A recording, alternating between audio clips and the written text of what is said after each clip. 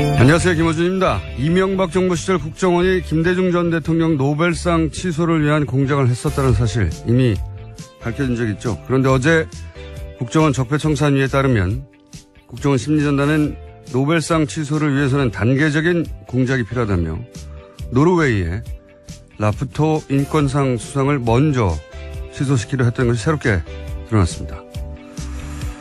김대중 전 대통령이 자기들한테 뭘 어쨌다고 저런 짓을 한 걸까요? 이명박 전 대통령이 김대중 전 대통령에게 무슨 정치적 탄압이라도 받았습니까? 빨갱이라며 왜곡당하고 사형 선고당하고 외국으로 쫓겨나고 현해탄에서 수장될 뻔하고 평생을 당하고 산 건 정작 김대중 전 대통령이었는데 오히려 선거법 위반으로 정치활동도 할 수 없었던 이명박 전 대통령을 사면 복권 한 게 바로 김대중 전 대통령이었습니다. 그런데도 저런 짓을 해놓고 어떻게 지금 자기들이 정치 보복을 당하고 있다고 그렇게 주장을 하나요?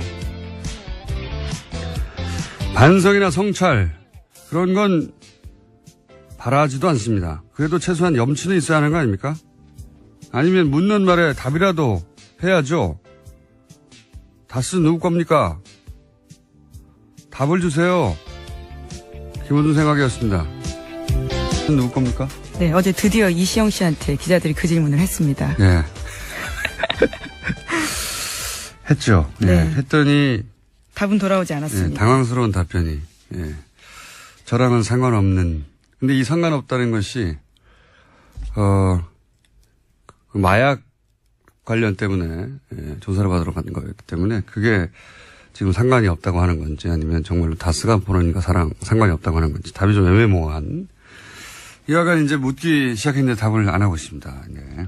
어제 박지원 전 대표는 나와서 답을 하고 가셨어요. 네, 아주 정확하게 말씀하고 가셨죠. 네, 본인 생각에는 그렇다는 거죠. MB가 아닙니까? 이렇게 답을 하고 대장을 하셨습니다. 자, 첫 뉴스는 뭡니까? 네, 예상대로 박근혜 전 대통령이 어제 자신의 재판에 나오지 않았습니다. 그래서 법원이 국선 변호인을 선임하겠다라고 밝혔는데요. 현행 형사소송법상 박근혜 전 대통령 사건은 변호인 없이 진행할 수 없기 때문입니다. 재판부는 수사 공판 기록을 복사하고 사건을 파악하는데 적지 않은 시간이 들 것이라면서 다음 재판 일정을 잡지 않았습니다. 하지만 박근혜 전 대통령이 국선 변호인이 선임되더라도 면담을 거절하는 등 변론에 협조하지 않을 가능성이 큽니다. 아주 크다고 봅니다. 제가 아프실 예정이라고 오래전부터 얘기해왔지 않습니까? 지금도 이제 아프다고 지금 국제적인 여론전을 하려고 하는데, 그렇게 하려면은 변호인의 조력도 받지 못하고 있다. 이렇게 말해야 되거든요. 그러다 보니까. 못하는 게 아니고 안 하는 거죠, 지금. 그렇죠. 안 하는 건데 이제 해외에서는 못한다고 그렇게 주장을 하겠죠. 그러기 때문에 국선 변호인이 선임돼도 면담을 안 하고, 그럴 가능성이 높고, 재판도 보이콧할 가능성이 높고, 왜냐하면 부당한 재판을 받고 있다고 주장해야 되기 때문에. 하지만 이거 실패합니다. 제가 네, 보기에는. 본인이 보이콧하더라도요, 재판은 진행될 수 있습니다. 걸석으로 진행이 되기 때문에요. 오히려 훨씬 더 불리할 가능성이 큽니다. 법리적으로는 불리한데, 이제 정치적 주장을 하는 거니까요. 여론전을 하고 있고. 그러니까 이제 본인도 없이 진행됐다. 뭐 이런 얘기도 할 것이고. 근데 이제 유엔이 바보가 아니에요. 그리고 해외 언론도 금방 사실관계를 파악합니다. 왜냐하면 이런 일이 있으면 당연히 외무부에도 물어보고 하거든요. 공식 질의하고 기자들이. 그러면 이제 일반 재수자의 수감시설 보여주고 사진으로 보여주고 그다음에 박근혜 전 대통령이 누리고 있는 혜택들 쭉 얘기하고 사실대로 얘기해 주겠죠. 네, 어제 국감장에서도 굉장히 큰 화제였습니다. 노회찬 의원이 신문지에다 붙여놓고 현재 재소자들이 어떤 상황인지 그리고 박근혜 전 대통령과 비교해서 어떤지를 보여줬었거든요. 재소자들이 얼마나 좁은 데서 있는데 1인당 배정된 공간이 박근혜 전 대통령은 거의 10배 크기를 배정받고 있다. 퍼포먼스를 신문지 깔고 하셨죠. 그리고 끝나고 나서 바로 휴대폰으로 본인 이름을 검색해 보셨어요. 굉장히 많은 기사가 나왔습니다. 네. 창의적인 방식이죠. 사실 10마디보다 신문지 한 장에 깔아서 이렇게 좁은 공간에 있다라고. 동시에 이제 사실 우리나라의 그 다인실이라고 부르진 않지만. 여러 명이 있는 방요. 열악하죠. 네, 좁은 건 맞습니다. 덕분에 박근혜 전 대통령 덕분에 일반 수감자들의 재수자들의 인권 문제나 공간 문제가 해결됐으면 좋겠네요. 예. 그렇고요. 그리고 뭐 관련 뉴스가 많습니다. 워낙 희귀한 언론 플레이를 했기 때문에 관련 뉴스가 몇 개 더 있죠. 네, MH그룹에서 어제 대외 담당 변호사가 공식 입장을 냈는데요. 박근혜 전 대통령은 고령에다가 아픈데 제대로 치료받지 못하고 있다라는 주장을 계속해서 하고 있습니다. 아픈데, 괜찮습니다. 아픈데. 예. 네. 아프실 예정이 해외까지 전파됐어요. 예. 네. 하지만 MH그룹 같은 경우에는 박근혜 전 대통령을 직접 접촉한 바는 없다라고 밝혀서요. 직접적으로 확인하지 않은 정보에 대해서 언론 플레이한다라는 비판도 나오고 있습니다. 상관없습니다. 이쪽은 돈 받고 하는 거기 때문에. 원래 이제 국제적으로 이렇게, 인권 침해를 당하고 있다고 재소자에 대해서 문제 제기할 때는 보통은 이제 전쟁 전후다. 국내, 정치적 환경이 굉장히 혼란스러워서 부당하게 잡혔는데 재판도 없이 잡혔거나 아니면은 잡히긴 잡혔는데 어디인지도 모르거나. 네, 그렇죠. 영장이 없이 체포되거나 그런 경우들입니다. 고문 받거나 아니면은 부당하게 사형 선고를 받거나 이런 경우거든요. 박근혜 전 대통령은 전혀 해당 사항이 없습니다. 전혀 해당 사항이 없고 인권위도 이런 지금 박근혜 전 대통령은 개인이거든요.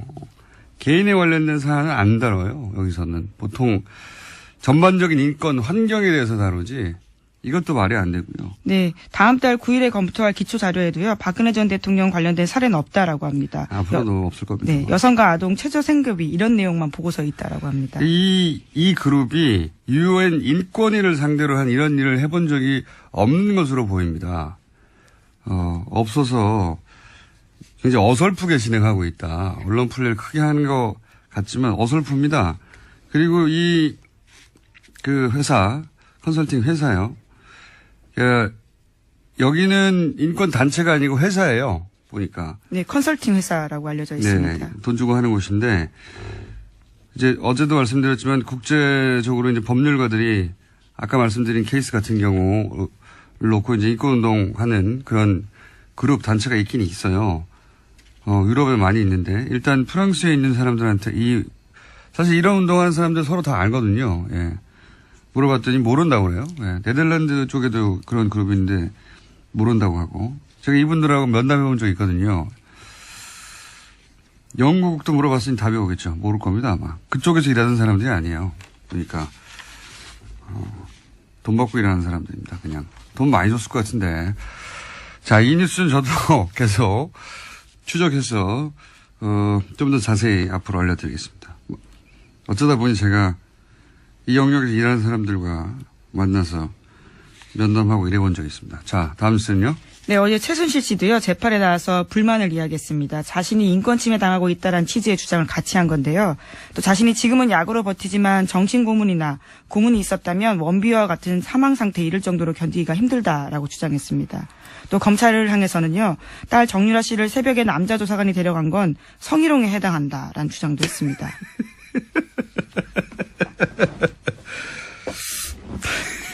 네, 또 최 씨 변호인은 최 씨가 정신적으로 불안해 장기간 안정이 필요하다는 취지의 진단서를 재판부에 제출했습니다. 그러니까 정신적인 불안해가지고 지금 장기적으로 그렇게 취하고 있지 않습니까? 조용히 정신적으로 안정을 취하라고. 근데 이제 이런 말들을 보면요, 오토 원비어 이런 얘기도 하고 성희롱이다 이런 얘기도 하고 뭐랄까요? 저는 아무 말이나 막 하는 거거든요, 지금. 자기한테 유리하면 자기한테 유리하게만 일방적으로 해석해서.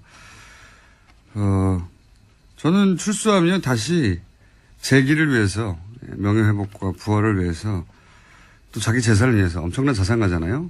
밝혀진 것만 가지고도. 수단과 방법을 가리지 않고 그렇게 할 것 같다는 생각이 듭니다. 수감된 상황에서도 정유라 씨가 남자 조사관과 함께 간 것은 그쪽에 연락을 해서 본인이 자청해서 간 것인데 직접 자기가 간 거죠. 네, 조사관이 와서 본인의 뜻에 반하게 마치 데려간 것처럼 계속해서 그런 식의 주장을 하고 있습니다. 보쌈 증언이라는 식의 이야기를요. 과거에 변호사들도 했었거든요. 근데 거기다가 성희롱을 갖다 붙이고 굉장히 창의적이네요. 오토 원비어도 나오고. 이건 전혀 공감대를 얻지 못하지만 본인은 그렇게 생각하는 것이고. 수단과 방법을 가지 않을 것 같습니다. 저는 출소하게 되면 여전히 제 기업 부활을 위해서. 그리고도 아무런 죄의식을 느끼지 못할 것 같고요. 자, 다음 뉴스는요. 네, 자유한국당에서는 오늘 윤리위원회를 열어서 박근혜 전 대통령의 당정 문제를 논의합니다. 수차례 박근혜 전 대통령에게 사실상 자진 탈당을 권했지만 응답이 없었기 때문에 더 이상은 못 기다린다라는 건데요. 혁신위원회 권고대로 탈당을 권유할 가능성이 큽니다. 뭐 답을 할 거라고 생각하고 뭐 질문했나요? 예. 요식행위죠. 지금은 이제 바른정당과 바른정당 탈당파와 통합하기 위해서 명분을 쌓는 것이니까. 그리고 동시에 이제 국민의당에서는 그 나머지 인원들과 합치려고 요즘 언론 플레이도 열심히 하고 있더라고요. 예, 일종의 데드라인이 다음 달 13일인데요. 바른정당 전당대회가 있기 때문입니다.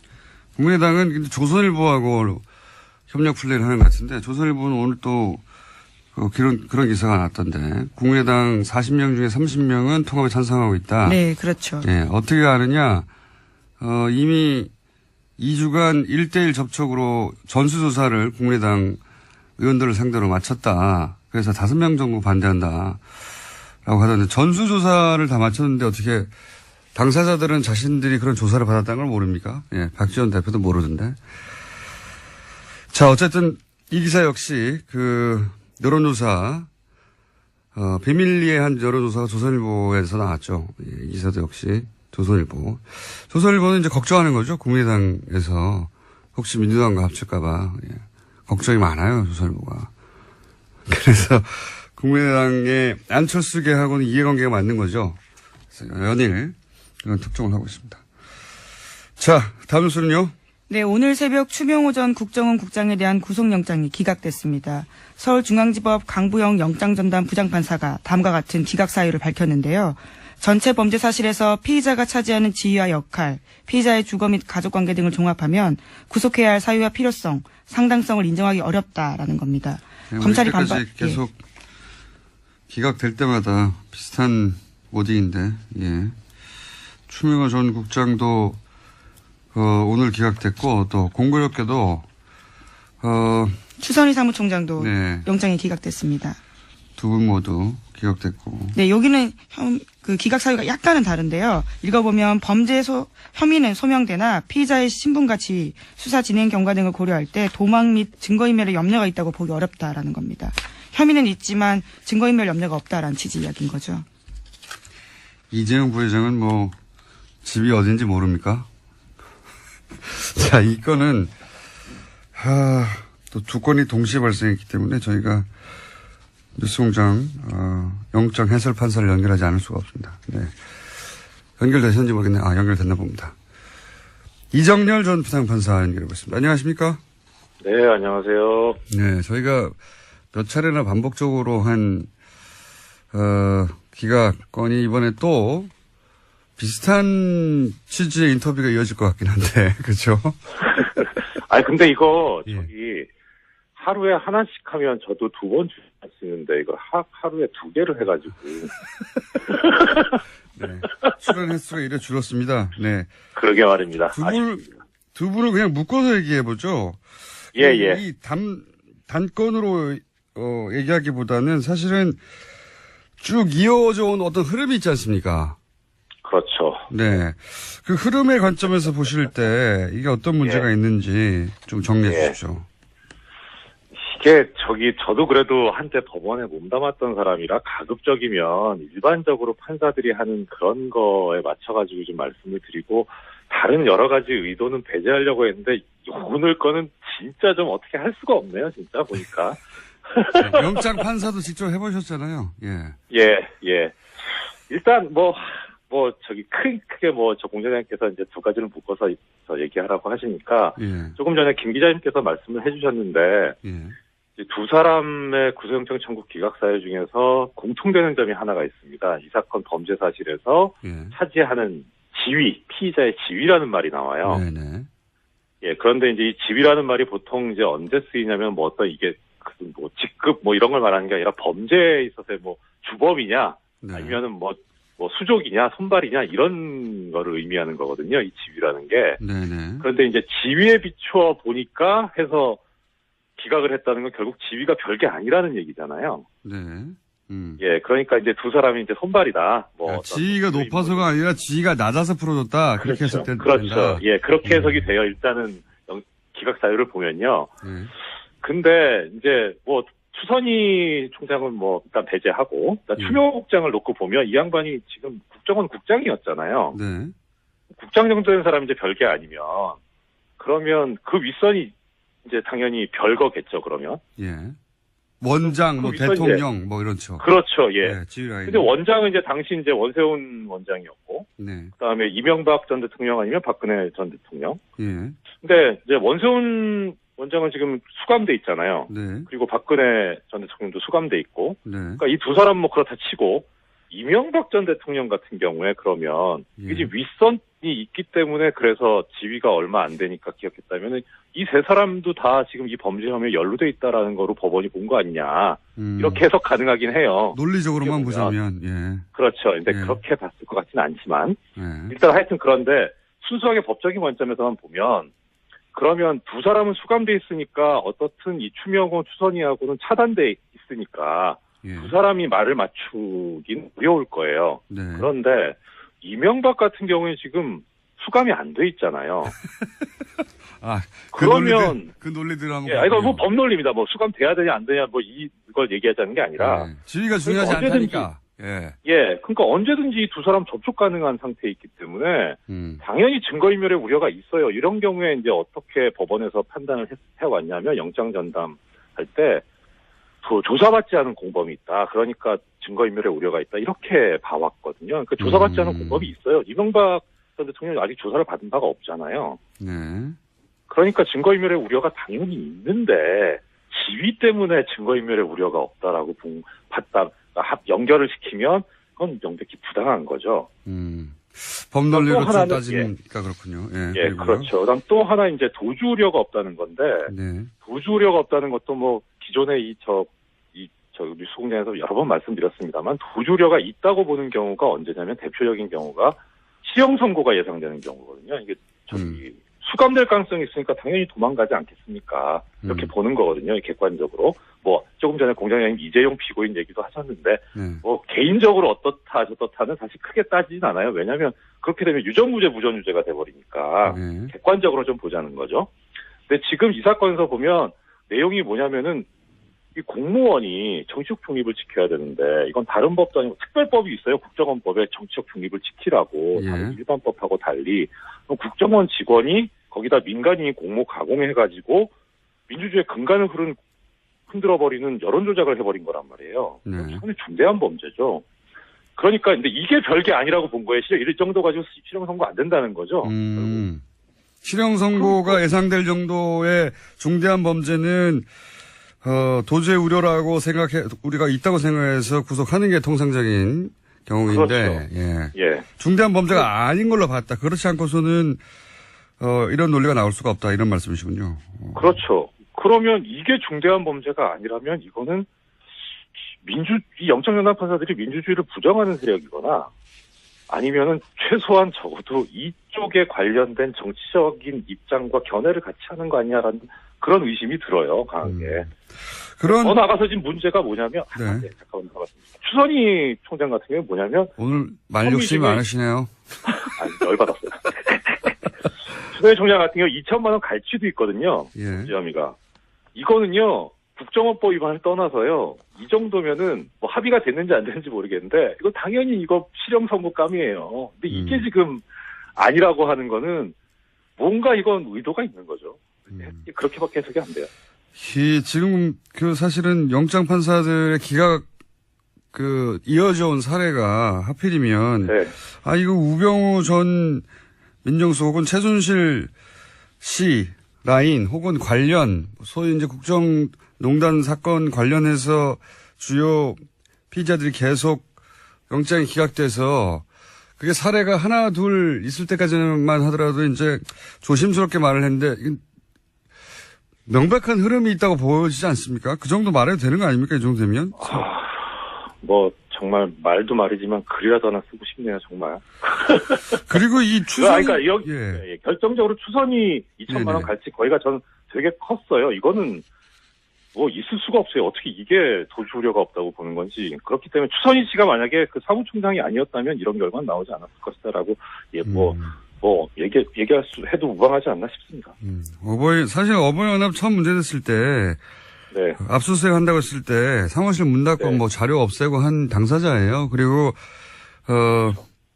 본인이 모처에 있다고 연락이 안 되고 그게 예. 도피 아닙니까? 그렇죠. 최소한 도주 우려가 있죠. 도주에 징후가 있는 거니까요. 그것도 뭐 개인적인 거긴 하지만 그건 이제 어떤 전력이기 때문에 일반적으로 얘기하는 뭐 주거가 명확하다 뭐 내지는 뭐 직업이 뭐 일정하다 뭐 이런 거하고 다른 문제거든요. 그렇게 시도를 한 바 있기 때문에 이것도 상당히 중요한 문제인데 그거에 대해서도 눈을 감았다는 거는 이게 어떤 의도가 있는 것 같다라고 하는 근거를 대자면 계속 될 수 있을 정도로 여러 가지가 나오는 거죠. 지금 공장장님 말씀하신 것도 하나의 근거고요. 알겠습니다. 저는 뭐 이 사안 하나하나를 디테일하게 따지는 것 이상으로 이게 이제 굉장히 이어져 온 흐름이라서 흐름의 관점에서 한번 짚어볼 필요가 있다 싶어서 말씀드렸는데 또 그걸 또 어찌나 논리적으로 말씀하시고 말 욕심도 많으신지. 오늘은 여기까지 하고요. 예, 저희가 사례를 총 다 모아가지고 한번 종합적으로 따지는 거 해볼까 합니다. 다음 주나 한번. 그때 한번 다시 모시겠습니다. 네, 알겠습니다. 네, 감사합니다. 지금까지 이정렬 전 부장판사였습니다. 자, 민의를 잠깐 짚어봤고요. 뉴스 한두 개 정도 더 할 시간이 있습니다. 예. 네, 아까 앞서 말씀드렸었는데요. 이명박 전 대통령의 아들 이시영 씨가 어제 검찰에 출석했습니다.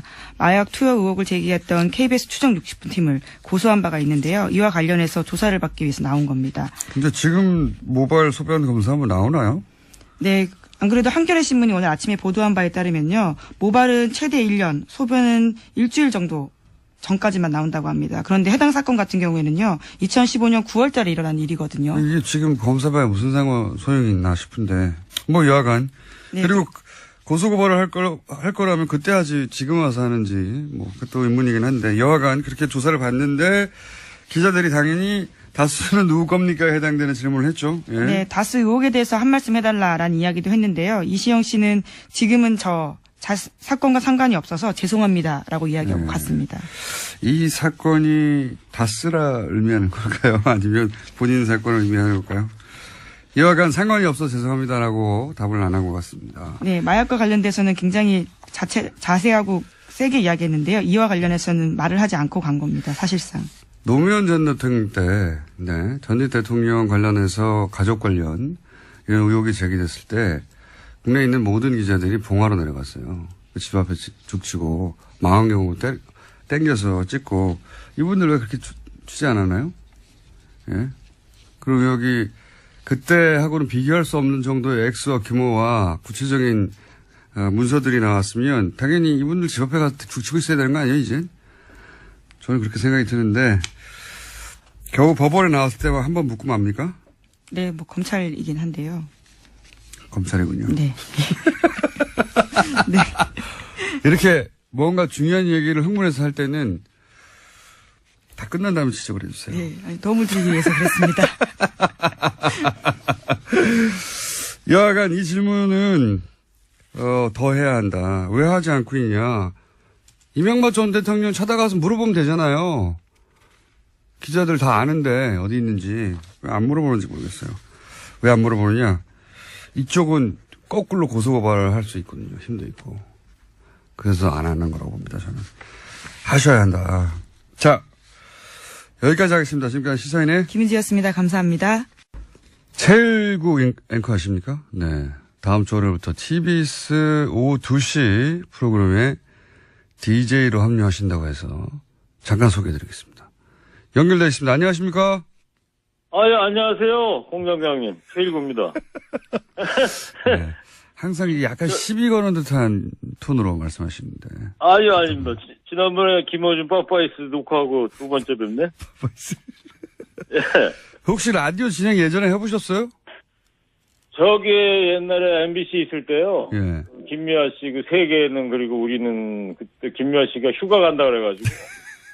그때 한 닷새 정도 월요일부터 금요일까지. 예. 그게 방송 한 30년 하시면서 라디오 하신 유일한 기간입니까? 닷새? 그렇죠. 예. 그거하고 또 보도국에서 11시 뭐 최일구의 경제뉴스 이래가지고 그런 거 한 1년 정도 해봤고요. 경제뉴스 그런 거는 대본 읽는 거 아닙니까? 그런 거죠. 네. 예. TBS가 판단을 잘못한 것 같은데, 이거. 자, 게다가 인생은 뭐 있니 곡도 내셨잖아요. 그렇죠. 8월 네. 말에 인생 뭐 있니 전세아니 멀세 그런 노래 냈죠. 예. 제가 직접 들어봤는데, 노래 실력이 뛰어나지는 않은데 정도가 아니라, 이거 부르면 안 되겠던데요, 어디서. 여보세요.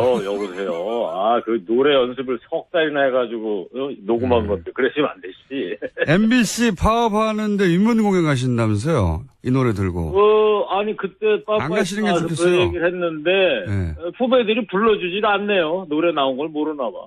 알죠. 들어보니까 이 고문이거든요, 듣기로는. 이문이 아니고. 아, 그 25일 날 네. 그 시청 앞에서 MBC 파업 그 집회 있지 않습니까? 네네. 그 공장장도 나오신다 그러던데. 직접 나가진 가볼 않고요. 건데. 그냥, 인터뷰만. 영상 메시지로만. 네. 그날 가서 불러주면 참 좋을 것 같은데 후배들이 불러줘야가지고. 예. 후배들도 귀는 있잖아요. 파업 사태에 대해서 연결된 뒤 말씀하시니까, 네. MBC 파업 사태에 대해서 어떻게, 보고 계십니까? 2012년에 170일 파업했는데 결국 졌지 않습니까? 김재철한테 진 게 아니라 국정원한테 진 건데 결국에는 그동안 5년 동안 후배들 인격 모독에 수치심 다 견디면서 숨만 쉬고 살아왔지 않습니까? 정신병원 다니고 약 먹는 후배들도 많다고 그래요. 이제 보니까 파고 해치고 이제 항구에 불빛이 서서히 보이고 있지 않을까. 제가 이런 말 안 해도 후배들 단단히 뭉쳐가지고 지금 고용주 김장겸 퇴진은 외치고 있고 반드시 이뤄낼 것이라고 보고 있습니다. 후배들 단단히 해서 이번에는 반드시 승리할 것이라고 생각을 합니다. 알겠습니다. 이 프로그램 성격이 시사 아니죠? 정통 시사 우리 공장장께서 하시는 그런 건 아니고 음악하고 정보 뉴스 이런 걸 아우르는 예. 즐거운 교양 프로그램이다. 이렇게 생각하시면 될 것 같아요. 음악이요? 예. 네네네. 음악에 대해서 뭘 하십니까? 여보세요. 제가 어릴 때 꿈이 가수였지 않습니까? 뭐 잘해 음악은 모르지만 하여튼 음악은 즐겨 듣고 부르고 그러니까 제목이 뭡니까? 한번 해보려고요. 제목이요? 예. 이 프로그램 제목 네네. K19의 허리케인 라디오. 예. 다음 주 월요일부터 라디오에 허리케인이 불 겁니다. 그렇군요. 예. TV에서 낮에 왜 그런 말 있잖아요. 아침에는 김어준, 예. 저녁에는 손석희. 예. 근데 낮에 사람이 없어 낮에. 낮에는 최일구 한번 해보려고요. 낮에는 최일구. 예. 뜻대로 잘 안 되실 것 같고요. 그리고 TBS는 이제 6개월마다 개편을 꼭 지키지 않습니다. 6개월에 한 번씩 개편합니까? 네, 6개월은 버티실 수 있어요. 6개월 하다가 6개월 전에도 잘릴 수가 있겠네, 그러면? 그렇죠. 이 오랜만에 일구했는데 이거 큰일 났네, 이거. 예? 자, 이제 제가 보기엔 이게 마지막 인터뷰 같고요. 프로그램 끝낼 때, 네. 예. 다시 연결하도록 하겠습니다. 제가. 알겠습니다. 근데 2시가 컬투쇼 있는 시간대예요. 아십니까? 예, 알고 있죠, 예. 네, 11년 연속으로 라디오 1위를 했는데. 인생 뭐 있습니까? 전사님 얼쓰지. 열심히 부딪혀서 해봐야죠. 알겠습니다. 네. 자, 오늘 첫 인터뷰이자, 제 생각에는 마지막 인터뷰가 될 것 같아요. 그러지 마시고, 이제 시작하는데. 최일구의. 예. SBS 블랙하우스 가신다며요. 네. 공중파 가시는데 머리 좀 깎고 수염 좀 깎으실 그런 의향은 없으세요? 네, 그런 생각은 없고요. 예. 최일구의 허리케인 라디오 네. 청취율 안 나올 때, 예. 네. 저 한번 불러주세요. 예. 저야 영광이죠. 불러주시면 거절하겠습니다. 네. 말을 못하겠어. 네, 감사합니다. 예, 감사합니다. 예. 네. 지금까지 월요일부터 TBS에서 라디오를 세계 최초로 진행하시는 최일구의 허리케인 라디오의 최일구 씨였습니다. 어제 국정감사에서 제2 롯데월드가 군사안보상 심각한 위험을 초래한다. 예, 이런 주장 나왔습니다. 더불어민주당 박범계 의원 전화 연결해 보겠습니다. 안녕하세요. 네, 안녕하세요. 저희가 먼저 섭외를 했습니까? 아니면 뉴스룸이 먼저 섭외를 했나요? 뉴스룸이 먼저 섭외했습니다. 네, 아닌 것 같은데. 아유, 저는 바른 사람입니다. 자, 우리 꼭 인터뷰 잡고 나면 뉴스룸에 먼저 등장하시는 분들이 한두 분이 아니어가지고, 네. 저희도 네, 뉴스룸을 보다가 꺼버렸습니다, 어제. 아, 그러셨나요? 자, 오늘 반나절 지났으니까 밤새 네네. 새로운 정보가 나오길 기대하는데 우선 군사안보상 제2 롯데월드가 위험이 있다는 얘기는 사실 당시에도 나왔었습니다. 근데 국정감사에서 굉장히 자세히 무엇이 문제인지 네네. 조목조목 짚어주셨는데 군사안보상 위험 정리를 좀 해주십시오. 어떤 게 있습니까? 네, 일단 제가 말씀드린 이런 위험 요소들은 네. 제가 군사안보상의 전문가도 아니고 제 전공도 아니기 때문에 제 개인적인 어떤 주관적인 입장이 아니고 네. 제가 평생을 공군에 계셨고 공군 참모총장까지 하셨던 또 그 당시 제1롯데월드 신축 승인 과정에서 반대를 했던 김은기. 예, 김은기 전 공군 참모총장을 제가 만나 뵙고 네네. 브리핑을 좀 받은 뒤에 그 의견에 기초한 거라는 말씀드립니다. 제1롯데월드는 555m에 123층짜리 잠실 석촌호수 주변에 있는 큰 건물이죠. 네. 주변에는 그만한 건물들은 전혀 없습니다. 딱 한 건물만 우뚝 서 있는데 네. 그 건물이 들어섬으로써 한마디로 전투기가 이착륙할 때, 특히 착륙을 할 때 쭉 패턴을 그리면서 궤적을 그리면서 이제 들어옵니다. 바로 일직선으로 들어오는 게 아니고요. 네. 그것을 이제 장주라고 표현하는 모양입니다. 공군에서는. 그래서 서쪽의 하늘을 이렇게 패턴을 그린 것을 서편장주, 동쪽의 패턴을 그린 것을 동편장주 이렇게 표현하는데요. 한마디로 제2롯데월드가 들어서게 되면서 성남 비행장의 서편 장주가 못 쓰게 됐다. 이런 얘기입니다. 그렇게 된다면 네. 유사시의 전투기라는 것은 일종의 적을 공격한다든지 또는 적의 공격을 피하기 위해서 일종의 생존을 위한 어떤 기동 영역을 확보해야 되거든요.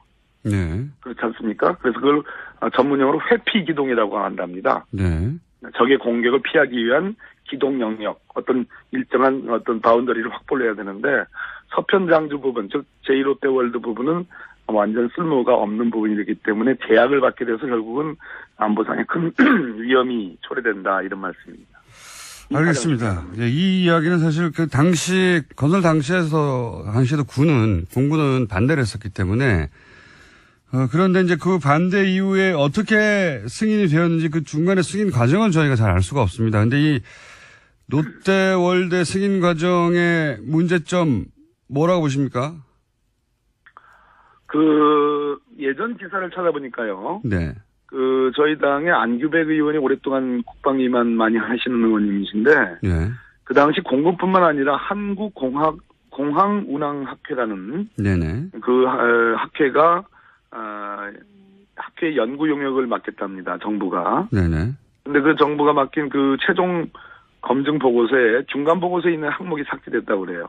그것이 바로 아까 제가 말씀드린 이 제1롯데월드가 건축되게 되면 서편 장주 확보가 어렵다. 네. 라는 그런 중간 보고서의 항목이 최종 보고서에는 없어졌다고 합니다. 그래서 쭉 보면 이게 1988년부터 롯데그룹이 신격호 회장을 중심으로 해서 일종의 수건사업, 가장 중요한 수건사업으로 진행이 되어 왔는데 김대중 정부, 노무현 정부에서 다 반대가 됐습니다. 그런데 이명박 대통령이 시장을 할 당시, 서울시장 당시에는 이것을 1차적인 승인을 했습니다. 그러나 최종적으로는 대통령인 노무현 대통령께서 반대를 해가지고 안 됐는데 결국은 그런 이명박 시장이 대통령이 당선되자마자 적극 검토하라는 지시가 있었고 청와대에서 아마 실무관 회의가 수차례 진행이 됐던 모양입니다. 당연히 공군은 반대 의견을 냈음에도 불구하고 어찌됐든 김은기 총장이 경질된 이후에 이것이 전격적으로 건축이 승인이 됐습니다. 김은기 공군참모 당시 총장이 반대해서 경질됐을까요? 그럴 수도 있겠습니다. 얘기를 듣다 보니까. 이명박 대통령이 취임하자마자 군에 대한 인사를 했는데요. 예.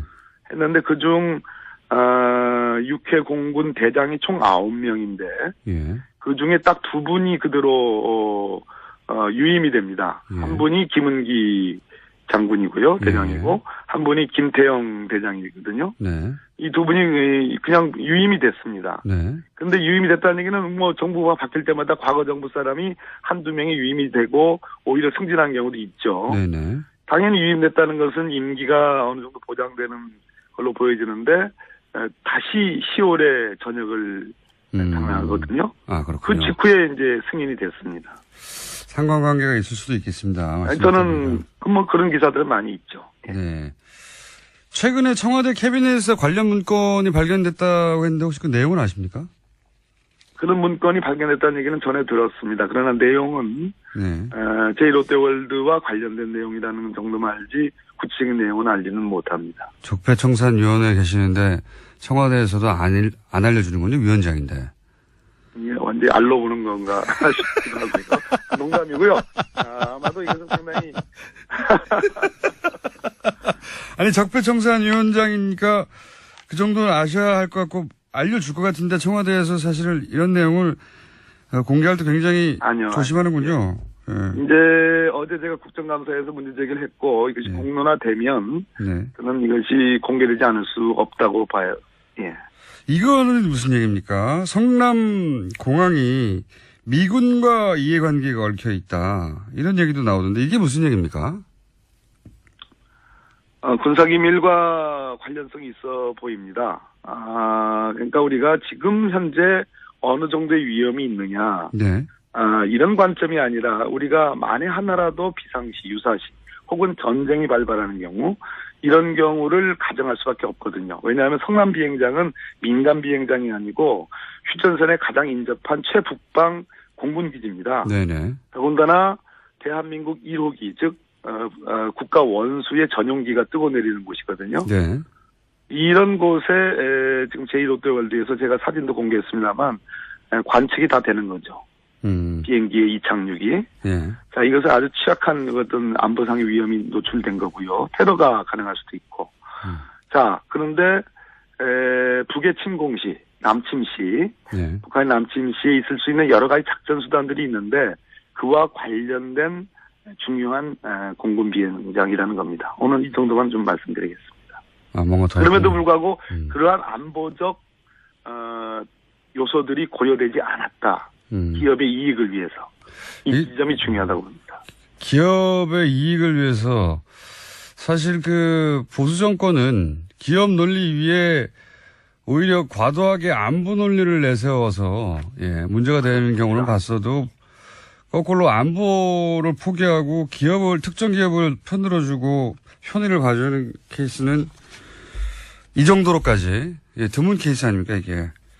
그래서 제가 반역적인 행위라는 말씀드립니다. 심지어 이 롯데그룹의 그 참 오랜 동안에 국민의 미간을 찌푸리게 했던 형제인한 또 롯데그룹의 지배관계, 소유 지배관계를 보면 한국 롯데와 일본 롯데의 관계들 이런 걸 보면 참 여러 가지 개탄스러운 부분이라고 보여집니다. 작년에 롯데 물산이었던가요? 물산 사장이 출국 금지가 된 적이 있습니다. 그렇습니다. 기준이라는 시행사죠. 네, 롯데월드 지었던 것이죠. 건설한 시행사입니다. 예. 그래서 박근혜 정부가 이 제2롯데월드 관련해서 과거 이런 문제들을 한번 수사하려고 했던 것인가 싶었는데 이게 그냥 덮였어요. 이게 왜 더 진행이 되지 않았을까요? 박근혜 정부 4년 동안 이런 속설들이 있었습니다. 이제 소문으로 무성했죠. 그러니까 박근혜 정부가 정부 차원에서 국민으로부터 인기가 떨어질 때 또는 정부의 신뢰성에 손상이 가고 뭐 이런저런 그럴 때 이명박 전 대통령 정부의 여러 가지 비리 의혹이나 문제점들을 파헤칠 것이다라는 그런 소문들이 꽤 오랫동안 지속이 되어 왔습니다. 아시죠? 네네, 그런 얘기 있었죠. 그런데 반대로 또 소문 중에는 또 이명박 정부 쪽에서 제가 이명박 대통령이라고 얘기하지 않습니다. 예, 정부 쪽에서 또 반격 카드가 있다라는 등등의 그런 소문들이 여기저기 있었거든요. 오랫동안 있어왔죠, 그런 얘기가. 있어왔습니다. 예, 그런 측면에서 저는 그 장경작이라고 사실 롯데 이 한국 롯데 일종의 총수 비슷한 총괄사장. 예, 총괄사장이죠. 그리고 기준 아까 말씀하신 롯데물산의 사장이죠. 출국 금지가 됐었는데 그것이 이 제2롯데월드와 관계된 거 아니냐라는 보도들이 꽤 있었는데 검찰은 현재까지도 확인을 해주지 않고 있습니다. 그렇군요. 그러니까 이전 정권과 박근혜 정권, 이명박 정부와 박근혜 정부 사이에 그렇게 뭐랄까요 서로 기싸움하고 그러는 와중에 벌어진 일이지 실제 수사 의지가 있었겠는가 이렇게 볼 수도 있겠군요. 네. 예, 그렇습니다. 네. 그런데 의원님 다스는 누구 겁니까? 예, 다스에 대해서 제일 잘 아시는 분이 우리 김어준 총수 아니실까요? 제가 그때 그 파파이스 나가서 다스의 90억 자금 흐름도를 제가 그때 설명드렸죠. 네, 굉장히 복잡한 자금 흐름인데. 예, 돌고 돌아서 마프 이렇게 등등 해가지고 결국은 이명박 전 대통령 거쳐서 EBK로 이렇게 꽂히는 그 자금 흐름은 미국 소송에서 미국 법원에 의해서 확인된 거기 때문에 그 지점을 주목할 필요가 있다고 보여집니다. 이렇게 말씀하시면 처음 듣는 분들은 잘 모르실 것 같고 한마디로 말하면 이제 BBK에 들어갔던 자금이 결국은 주가 조작에도 이용된 정황, 흐름이 쫙 있지 않느냐 그런 도표를 보여주셨는데 그게 미국 법원에서 나온 흐름이다. 예, 그런 말씀이신 거죠. 네, 그래서 다스 누구 겁니까? 자, 노력하십시다요. 노력하십시다. 지금 연결한 김에 이거 좀 여쭤볼게요. 이명박 정부 시절 인사들은 그리고 지금 야당도 그럽니다만 가장 큰 반발은 이명박 전 대통령 측근들 쪽에서 나오는 것 같은데 이게 정치보복이라고 주장하거든요. 이런 일련의 국정원 관련해서 문서들이 나오고 하는 어떻게 보십니까? 정치보복이라는 주장에 대해서는? 한마디로 참 일수에 붙일 얘기인데요. 스스로 너무나 잘 알 거라고 생각을 하고요. 하나하나 나오는 것마다 다 범죄 행위를 구성하고 있고 궁극적으로는 국가기관을 총동원해서 여론조작을 해서 결국은 박근혜 정권이라는 쌍둥이 정권을 탄생시키는 거라고 보여지거든요. 그런 측면에서 지금 박근혜 국정농단과 무관할 수 없다. 그렇기 때문에 정치보복이라는 주장은 결국은 저는 말이 안 된다 이렇게 생각합니다. 지금 나오는 사안들 관련해서 결국 이명박 전 대통령이 검찰의 포토라인에 쓰긴 설까요? 어떻게 전망하십니까? 피고발인으로 지금 박원순 시장을 포함해서 여러분들이 김미화 씨 또 문성근 씨 이런 분들 좀 블랙리스트에 관련된 분들의 어떤 고발 그리고 최성 시장의 고발 등등이 있기 때문에 검찰의 수사를 피할 수는 없다고 보여지고요. 포토라인에 쓰는 것은 조금 더 기초조사를 좀 봐야 되는데요. 1차 관건은 김관진 안보실장이라고 보여지고요. 근데 약간의 먹구름이 좀 있습니다. 간밤에 추명호, 추선희, 추라인이 영장이 각각 기각이 됐거든요. 저희가 이정렬 부장판사하고도 잠깐 얘기했는데 또 판사님 출신이시니까 이 사안에 대해서 간단하게 논평하시면요. 1분밖에 안 남았는데. 먹구름이 꼈는데요. 적어도 우병우와 관련된 듯한 추선희 영장 기각은 손발을 이제 그렇게 해도 괜찮다. 그건 어쨌든 그것도 문제지만 우병우와 관련된 거는 다 조목조목 기각되는 걸로 봐서는 지금까지 그랬습니다. 확실하게 무슨 가이드라인이 있는 거 아닌가 하는. 그래서 오늘 서울중앙지법 국정감사를 하는데 한번 따져볼 생각입니다. 의원님도 우병우 라인이 이때까지 계속해서 기각되거나 빠져나간 그 연장선상에서 이 기각을 보시는 거군요. 지금 명확한 흐름들이 드러나고 있다고 저는 보여집니다. 그렇군요. 자, 의원님 다음에 뉴스룸과 뉴스공장이 동시에 섭외가 올 때 뉴스룸에 제발 한 번만이라도 뉴스공장 일단 나간 다음에 나갈게요. 이렇게 말 좀 해주세요. 분명합니다. 예. 동시에 오지 않았고요. 선우가 분명합니다. 감사합니다. 사람이겠습니까? 네. 네. 좋은 하루 되시오. 감사합니다. 지금까지 적폐청산위원장 박범계 의원이었습니다. 전 대구지방국세청장님 나왔습니다. 안녕하십니까. 네.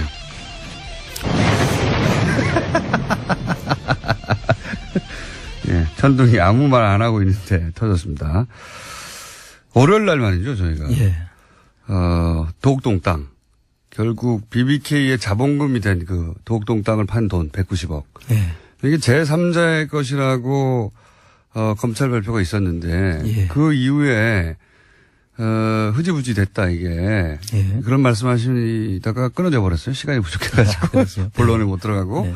그 얘기 다시 잠깐 정리하자면 이게 당시 상황을 좀 얘기를 해 주십시오. 검찰에서. 예. 그 당시에 도곡동 땅 판 돈이 263억이 있었고요. 263억 있었고. 예. 그것을 이제 그 중에서 190억. 그러니까 그래서 아마 저도 그때 궁금했던 게 263억에 팔았는데 그 땅을. 예. 근데 왜 190억만 다스에 들어갔지? 그랬었거든요. 그렇죠. 그때 당시에 263억 중에서 양도소득세가 있지 않겠습니까? 네.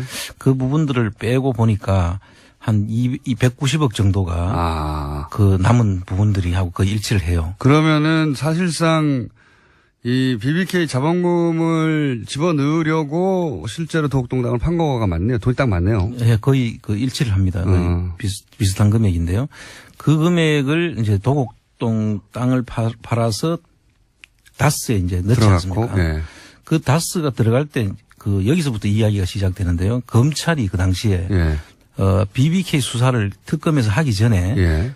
검찰에서 도곡동 땅은 그럼 누구 거냐를 네. 수사를 했었습니다. 왜냐하면 그 돈으로 다스에 들어갔고 다스에서 그 돈이 BBK 자본금이 됐으니까요. 네. 그때 한나라당의 자기들 경선을 할 때 이 누구 거냐가 이미 문제가 됐었고 네. 사실 제가 그 서류를 봤다는 사람이고요. 네. 그때 당시에 검찰에서 예. 그 부분을 이제 수사를 해서 결론을 내렸는데 제3자 거라고. 김재정 이상 것 누구 것도 아니고 제3자 것이다 이렇게 했죠. 왜냐하면 땅은 김재정 이상 건으로 돼 있었는데 그게 아니다. 제3자 거다. 근데 제3자가 누군지 말 안 했어요. 그렇죠. 근데 그 제3자를 검찰에서 그 당시에 조사를 하려고 했는데 조사에 응하지 않아서 조사를 할 수가 없었다. 제3자가 누군지 알았다. 검찰은. 조사를 응하려고 그러면 통지를 하고 오지 않아서 못했다는 것은 그렇죠. 미리 알았다는 것이죠. 그렇죠. 다만 발표를 하지 않았을 뿐이고요. 네. 그 제3자가 그 도곡동 땅 주인이었다는 것이지 않습니까? 그렇죠. 그런데 그 돈이 이제 다스로 들어갔어요. 예. 그리고 다스에서 BBK 들어갔고. 그렇죠. 우선 다스까지 들어간 것만 우리가 보면 이 다스에 들어간 돈들이 지금 제3자의 것이면 들어갈 수 있는 게 그 자본금으로 들어가든가 아니면은 빌려올 경우에만 들어갈 수가 있죠. 가수금 뭐 형태로 잡히든가 뭐. 그렇죠. 빌려온 돈으로 회사가. 주임종 단기채 뭐 이런 식으로 잡혀있어야 되는 왜냐하면 거죠. 회사는 김재정 이상은 씨의 것이었기 때문에 제3자 것이면 자기들 돈이 아니니까 빌려와야 되는 거 아닙니까? 그렇죠. 회사 입장에서는. 그런데 나중에 결론적으로 보면 그 190억에서 일부인 140억이 돌아올 때 2011년도에 장부에 적혀 있는 걸 보면 140억은 다스 돈으로 돼 있어요.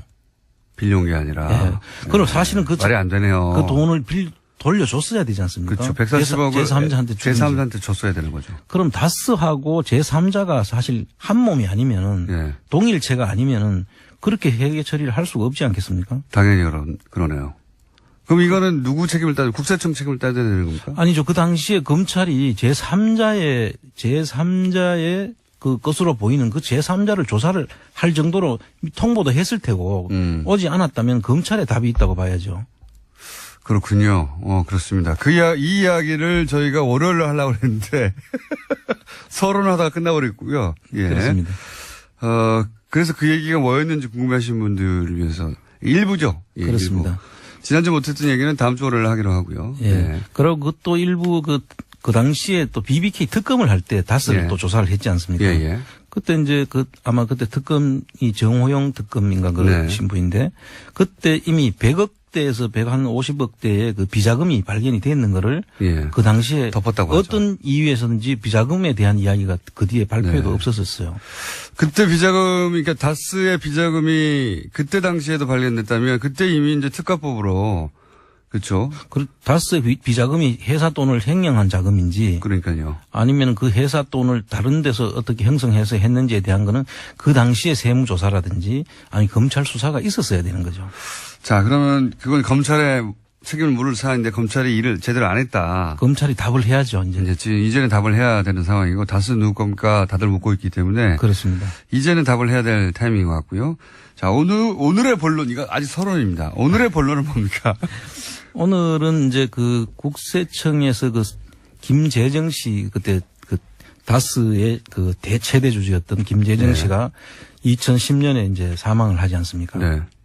2010년 2월 7일 날 아마 사망한 걸로 지금 나오는데. 그런 날짜를 다 어떻게 기억하십니까? 그 기억이 되네요. 이상하게. 근데 그분이 이제 돌아가시고 난 뒤에 상속세 신고를 하는데 저희들이 네. 그 주진우 기자가 그때 서류를 이제 밝힌 걸 보면 여러 가지 검토가 나오지 않습니까? 네네. 그 중에서 상속 검토를 하면서 상속세를 계산할 때 예. 그 이익을 가지고 몇 년치 이익을 가지고 하는 방법이 있고 예. 그다음에 순자산 가치라 그래서 자산 가치를 가지고 평가하는 예. 방법이 있습니다. 상속 재산을 평가하는데 예. 그걸 두 개 합해서 이제 평균을 내는데요. 그걸 계산하는 과정에서 예. 국세청이 계산하는 과정에서 국세청 계산하는 과정에서 이익을 몇 년도 이익은 좀 지금까지 신고가 안 됐으면 줄여 가지고 하고 뭐 이런 내용들이 나옵니다. 그 속에. 예. 그렇다면은 이 상속세는 신고를 하고 끝나는 세금이 아니거든요. 그래요. 신고를 하고 난 뒤에 정부 조사 결정 방식에 의한 세금이라고 해서 예. 정부가 조사를 해서 확정을 지어줘야 되는 그러니까 세금입니다. 상속 세금을 낼 때 재산이 얼마 있는지 나는 이만큼밖에 재산이 없어 이렇게 축소할 수가 있으니까 그렇습니다. 실제 재산이 그만큼 있는지 없는지를 정부가 조사를 해야 한다. 예, 신고를 예. 해야 되죠. 그래서 지금 이 케이스는 조금 특이하게 예.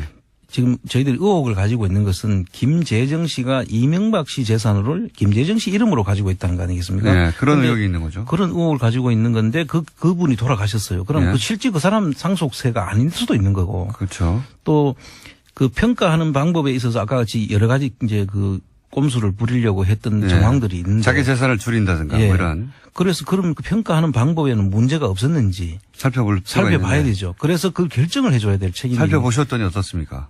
제가 볼 때는 상당히 문제가 많죠. 네, 어떤 문제가 있습니까? 국세청에서 세무조사를 해서 그 평가를 특별히 이익을 예. 뭐 올해까지 계산 2009년도가 예를 들어서 그까지 계산을 한다 그러면 2010년도로 이익을 넘기는 방식으로 해가지고 줄인 정황도 있고요. 아, 그래요? 그러니까 세금을 덜 내려고 우리가 돈 못 벌고 있어요. 예, 그렇게 이제. 그렇게 하려고 올해 번 건데 내년으로 떠넘겨버린다, 내가 장부상. 이익을 이제 이연시키는 거죠. 네. 그래서 그 다음 해 이익으로 이제 화하는 방법으로 해서 이거 상속세를 줄이는 방안까지 연구가 했더라고요. 아, 그래요? 그런 사항들을 국세청이 사실은 제대로 조사를 할 필요가 있는 것이고요. 네.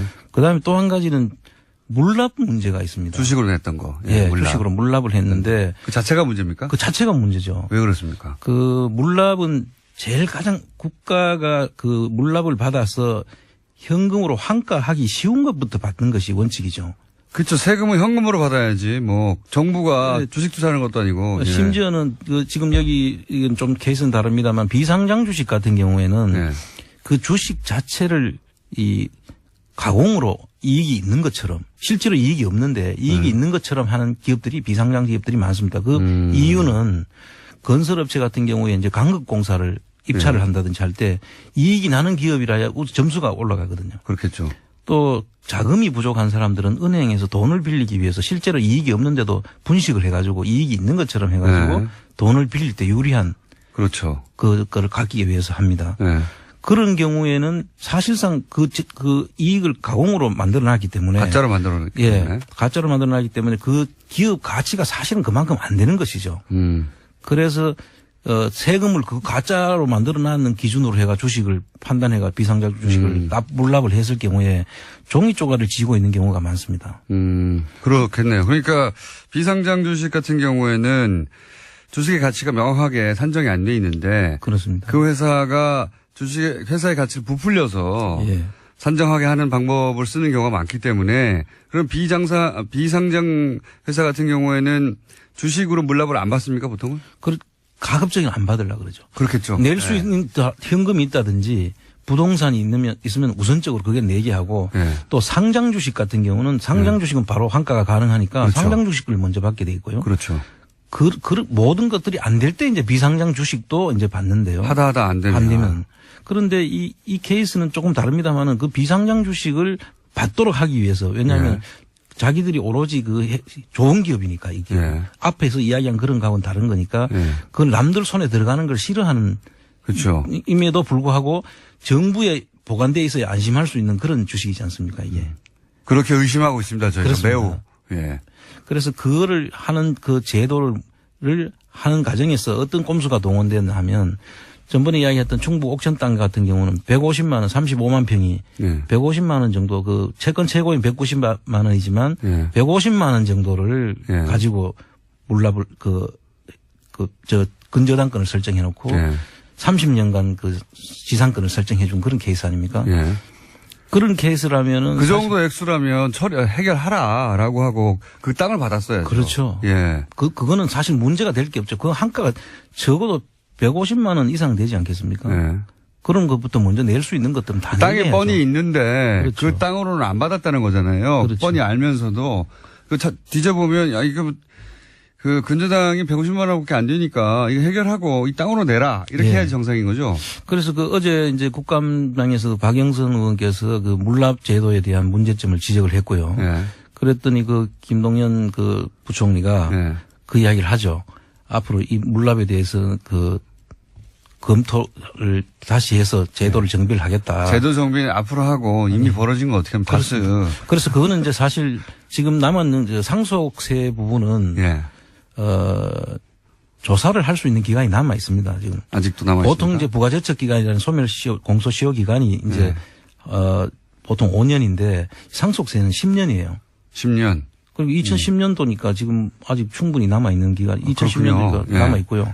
다스는 공소시효 남은 게 많군요. 그렇습니다. 그러고 또 이명박 대통령과 관련된 것들은 대통령 재임 기간은 또 공소시효에서 빠지지 그렇죠. 않습니까? 아까 말씀하신 100억 정도 되는 비자금이 발견됐다 하는 것도 이명박 전 대통령 임기 5년 동안은 공소시효가 중지되기 때문에 특허법은 10년이거든요. 그렇죠. 그러니까 2005년에 했어도 15년간은 유효한 거니까요. 그렇습니다. 2020년까지는 가능합니다.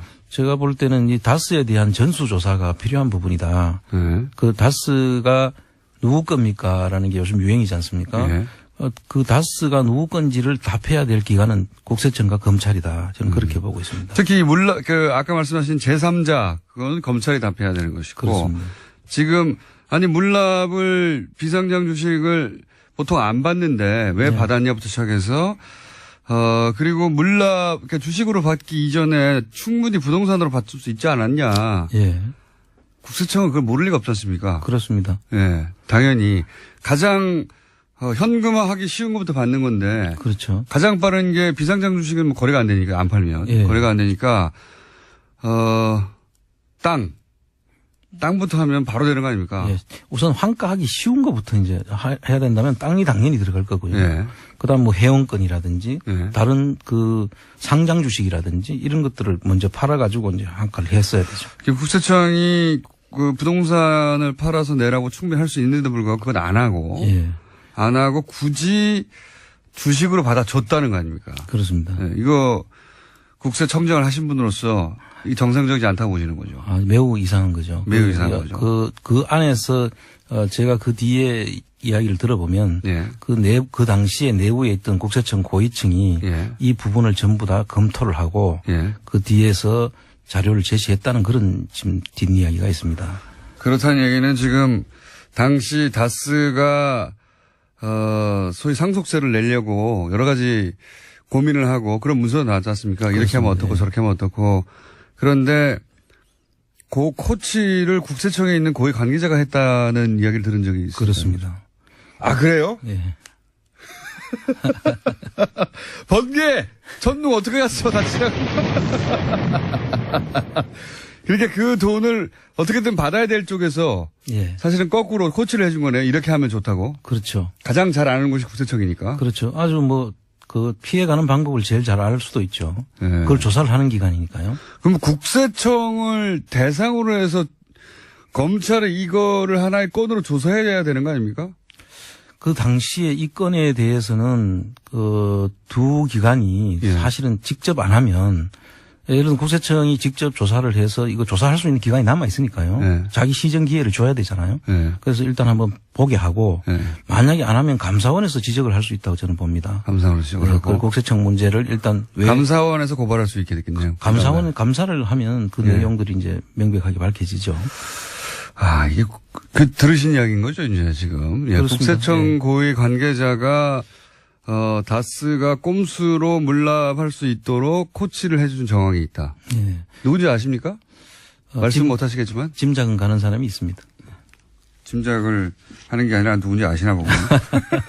이름은 안 여쭤볼게요. 하여튼 있다는 거죠, 구체적으로. 예, 지금 현직에서 퇴임한 사람입니다.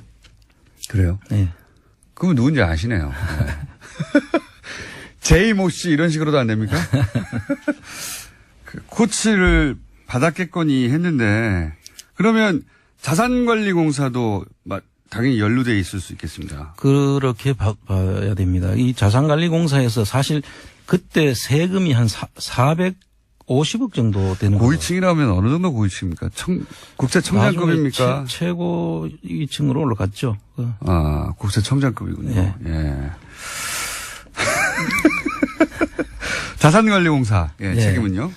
이 자산관리공사의 경우에는 이 당초에 이제 우리가 그 상속세를 계산했을 때 내는 금액이 그 20% 해당되는 금액 자체가 얼마였나 하면 450억 정도 됐다는 거죠. 예. 근데 그 450억을 이제 주식으로 이제 물납을 했는데 그게 해당되는 금액이 20% 가까이 19점 몇 프로 예. 약 20%에 가까운 그 주식이 지금 물납이 돼 있는데 그게 가자마자 자산관리공사에서 평가를 새로 해가지고 이제 네. 매각을 하려면 평가를 해야 되지 않습니까? 그렇죠. 그 자산관리공사의 평가로는 850억 정도로. 2배로. 그렇죠. 예. 이게 참 이상한 일입니다. 이상한 일이죠. 예. 그 세금을 낼 때는 450억. 예. 팔려고 할 때는 850억. 예. 그게 지금. 안 팔겠다는 생각이 말이죠, 이게. 그렇죠. 그래서 지금은 거의 한 400억, 500억 가까이 되는. 그러니까요. 못 사게 하는 거 아닙니까, 이거? 거꾸로? 그래서 지금 현재 저희들이 이제 보는데 이 비상장 주식이라는 것은 예. 사실 주식을 보면 49%, 7%를 가지고 있어도 그 4% 부족한 것이 어디에 붙느냐에 따라 51%를 가진 경영권을 가진 그렇죠. 사람만이 사실 문제가 있거든요. 보통 상장 주식 같은 경우에는 지분을 가지고 있어도 상당한 그 투명성이 보이는데 예. 비상장 주식은 경영권을 가지지 않으면은 사실상 의미가 없는 거거든요. 네. 그렇지만 저희들은 이제 3%라도 우리가 확보해가지고 예. 정보를 알려고 하는 것이고. 그거 알아보시고 있습니까? 예, 지금 계속 알아보고 있습니다. 예, 방법이 보입니까? 예, 지금 조금 몇 가지 문제점이 있어서. 한 사람 앞에 한 15만 원씩 사가지고 10만 명만 모이면 저희가 다스 경영에 참여하거나. 경영에 참여할 수 없고요. 네. 그 다음에 또. 경영에 참여 못하시면 경영의 정보를 요구할 수 있는 예. 권리가 이제 생긴 3%를 가지면 여러 가지 이제 우리한테 권리가 주어지는 것이니까 네. 그 3%를 가지는데 이게 이익 없이 여기에 참여해야 될 사람들이 있습니다. 그 이게 예를 배당을 하는 회사 같으면 예. 경영권을 가진 사람들이 배당을 결정을 하는데 예. 배당을 안 하고 계속 가지고 있으면 그 돈 그만큼 넣어놓고 계속 이게 그 사람들한테 그 인내를 해라고 우리가 15만 원 손해죠. 해야 되는데 네. 15만 원 정도 가진 분들이 손해는 아니지만 예, 거기에 대한 못하고. 수익을 활용을 예. 못하니까요. 기회비용이 사라지는 거죠. 예. 그래서 이런 그분들을 강요를 해야 되니까 지금 그걸 어떻게 이제 우리가 해결을 해야 되는지 예. 그런 부분들도 좀 고민해야 될 부분이 주주총회에 계속 참석해야죠. 그래서 이제 정보를 알려주고 그분들한테 우리가 보상해 줄 수 있는 것은 이 다스가 어떻게 움직이고 있다는 정보를 파악해서 돌려주는 그게 네. 사실상 그분들한테도 우리가 해줄 수 있는 혜택이라면 혜택이거든요. 예. 얼마나 밉겠어요. 하여튼 이게 간단한 문제는 아니어서 계속 알아보시고 있는 거죠. 그렇습니다. 합법적으로 제대로 할 수 있는 방법을. 그리고 이런 지금까지 그 청장님이 사실 저희 방송에 처음 출연하신 거는 최순실 예. 해외의 은닉 재산으로 보여지는 수정되는 재산들 네. 찾아서 이걸 국민들한테 되돌려 줘야 된다고. 그렇습니다. 자비로 계속해서 독일을 돌아다니신 거 아닙니까? 그렇습니다. 그래서 일부를 찾아내기도 하셨고. 그러다가 그걸 쭉 하시다가 주진우 기자가 다스 관련 문서들 잔뜩 들고 와가지고 이제 갑자기 이명박 전 대통령 재산 찾기를 지금 하고 계시는 거 아닙니까? 예, 찾아 돌려주기. 예, 그렇습니다. 다스는 누구 겁니까? 아니고 대답이 계속 없으면 우리 주둔 거예요. 어떻게 전 이명박 대통령이 만약에 주인이라면 저희가 찾아주면 저한테서 엄청 고마워하겠죠. 본인도 모르고 있으니까. 자기는 아니라고 주장했는데. 본인이 아닌가 보다 생각하고 살고 있다가 우리가 재산을 찾아주면 얼마나 좋겠어요. 그렇죠. 예. 그런데 이런 걸 다 묶어서 이렇게 낱개로 할 게 아니라 국민재산 되찾기 운동본부를 만드신다면서요. 예, 지금 저희들이 이제 여러 가지 이런 찾는 활동에 동참하는 분들이 많은데요. 특히 그 해외에 있는 교포들이 성화가 지금 아주 많았습니다. 그동안에. 독일 교민들이 그러신다는 얘기는 들었는데 또 다른 데도 그렇습니다. 미국도 지금 미국에서도 지금 큰 불이 붙었습니다. 지금. 그래요? 예, 왜 이거 안 하느냐. 이명박 전 대통령 재산이 미국에 있답니까? 뭐 지금 뭐 여러 가지 지금 전에 우리가 그 저수지 게임 캐나다 쪽에 계신 분들 그게 다 이제 연결되는 그런 과정인 것 같고요. 그 이야기들이 많이 있어서 그분들이 지금 국내에 있는 분들보다 더 훨씬 더 성화가 심합니다. 빨리 찾자. 나도 도와줄 테니까 이런 분들이 많아요. 뭐 왜 안 찾습니까? 이러고 있습니다. 지금.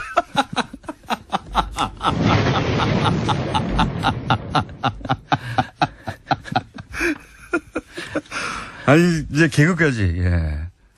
처음에 저희가 청장님과 방송할 때 진행하기 참 쉽지 않았거든요. 네. 그래서 저희가 전동번개를 준비했는데 이제 꽉까지 하시고. 그런 요청이 너무 많아서 이제 혼자 방송에 나가서 얘기하는 것을 넘어서서 국민운동본부를 발족을 해서 이분들의 뜻을 모아야 되겠다, 중지를. 그렇습니다.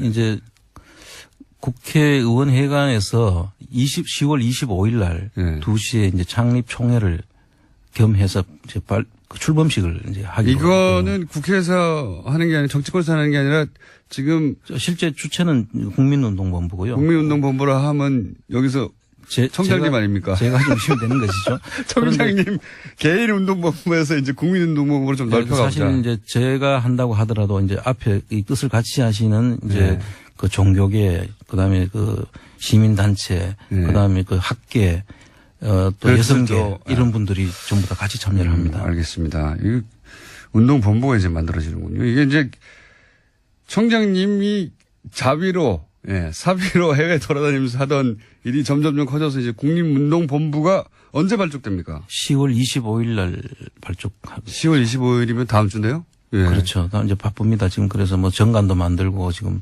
한창 지금. 정관도 혼자 만드신 거 아니에요? 예, 뭐 같이 그 노승일 부장이 개인 운동본부에서 국민운동본부로. 노승일 부장이요? 예, 노승일 부장이. K스포츠. 예, 그 재단법인 만들고 하는데. 백수죠. 근데 재단법인하고 그 최순실 씨한테 상당히 많은 기법을 배웠더라고요. 많은 기법을 배웠더라고요. 재단 만드는 기법을 많이 배웠기 때문에. 아주 전문가 수준 뺨치는 수준이에요. 재단은 이렇게 만드는 게, 만들면 된다. 네. 그러니까요. 그렇게 해서 배운 거를 이렇게 좋은 데 쓰면 되는 거죠.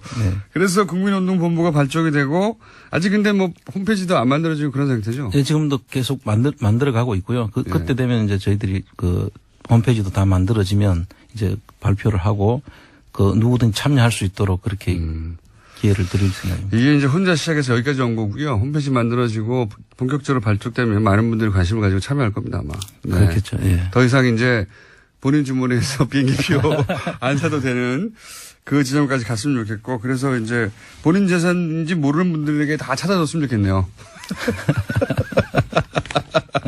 인권운동인데, 일종의. 인권운동이고, 본인 재산인지 모르고 살다가 죽으면 얼마나 억울합니까? 예. 저희가 다 딱지를 붙여가지고 돌려드려야죠. 예. 이거 당신 거 하고 이렇게 딱 붙여가지고. 자, 오늘은 여기까지 하겠습니다. 국민운동본부하고 그리고 다시 주식 사기 운동. 그것도 저희가 준비해서 국민운동본부에서 추진할 수도 있겠습니다. 그러네요. 본부가 생기니까 여기로 다 모아서 하면 되겠군요. 자, 노승일 씨도 함께 한다고 합니다. 네. 재단 만드는 법을 최순실한테 배워서 여기서 활용한다고 하네요. 여기까지 하겠습니다. 지금까지 안원구 전 대구지방국세청장이었습니다. 감사합니다. 예, 감사합니다. 드디어 방송에서 개그까지 하시는 경지에 도달했습니다. 네. 천지개벽에 가깝습니다. 첫 방송을 다시 돌려서 저희가 들려드리고 싶네요. 제가 웬만하면은 방송하다가 중간에 끼어들어서 이렇게 웃기도 하는데, 예, 그때 잘 뻔했거든요. 초반에. 그래서 제가 못자게 천둥을 집어넣은 건데, 네, 이제는 막, 꽉! 이런 것도 하시고. 문자도 많습니다. 네. 개그센터가 천지개벽이라고. 자, 다스 얘기도 많이 나옵니다. 예, 군인들이 먹는 이 군대 음식입니다. 맛 다시라고 있어요. 예. 다시마 같은 거를 이렇게 변형해가지고 뿌려주는, 예. 밥에, 아무 음식이나 뿌려 먹는, 예. 군대 음식인데, 맛 다스로 바꾼다고 지금. 자체적으로. 예, 그런 문자도 와 있고.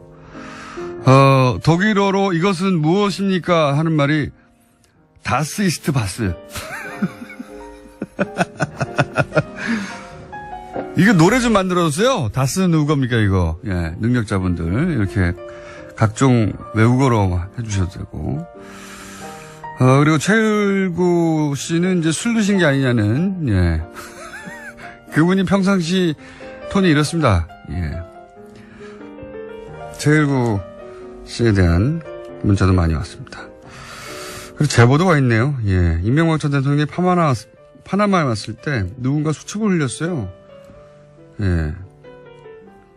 그래서 수첩을 줘서 갖고 있는데 아직도 요즘 그거 펼쳐보니까 석유공사 어쩌고 하는 내용이네요. 네. 주진우 기자한테 보내주세요. 뭐 아무것도 아닐 수도 있지만, 네. 모르지 않습니까? 원래 모든 큰 사건은 아주 사소한 우연에 의해서 출발하는 경우가 굉장히 많습니다. 네. 저희가 연락드려볼게요. 예. 이제 제보도 오네요. 불친절한 에이스가 제보창이 되고 있습니다. 여기까지 하겠습니다.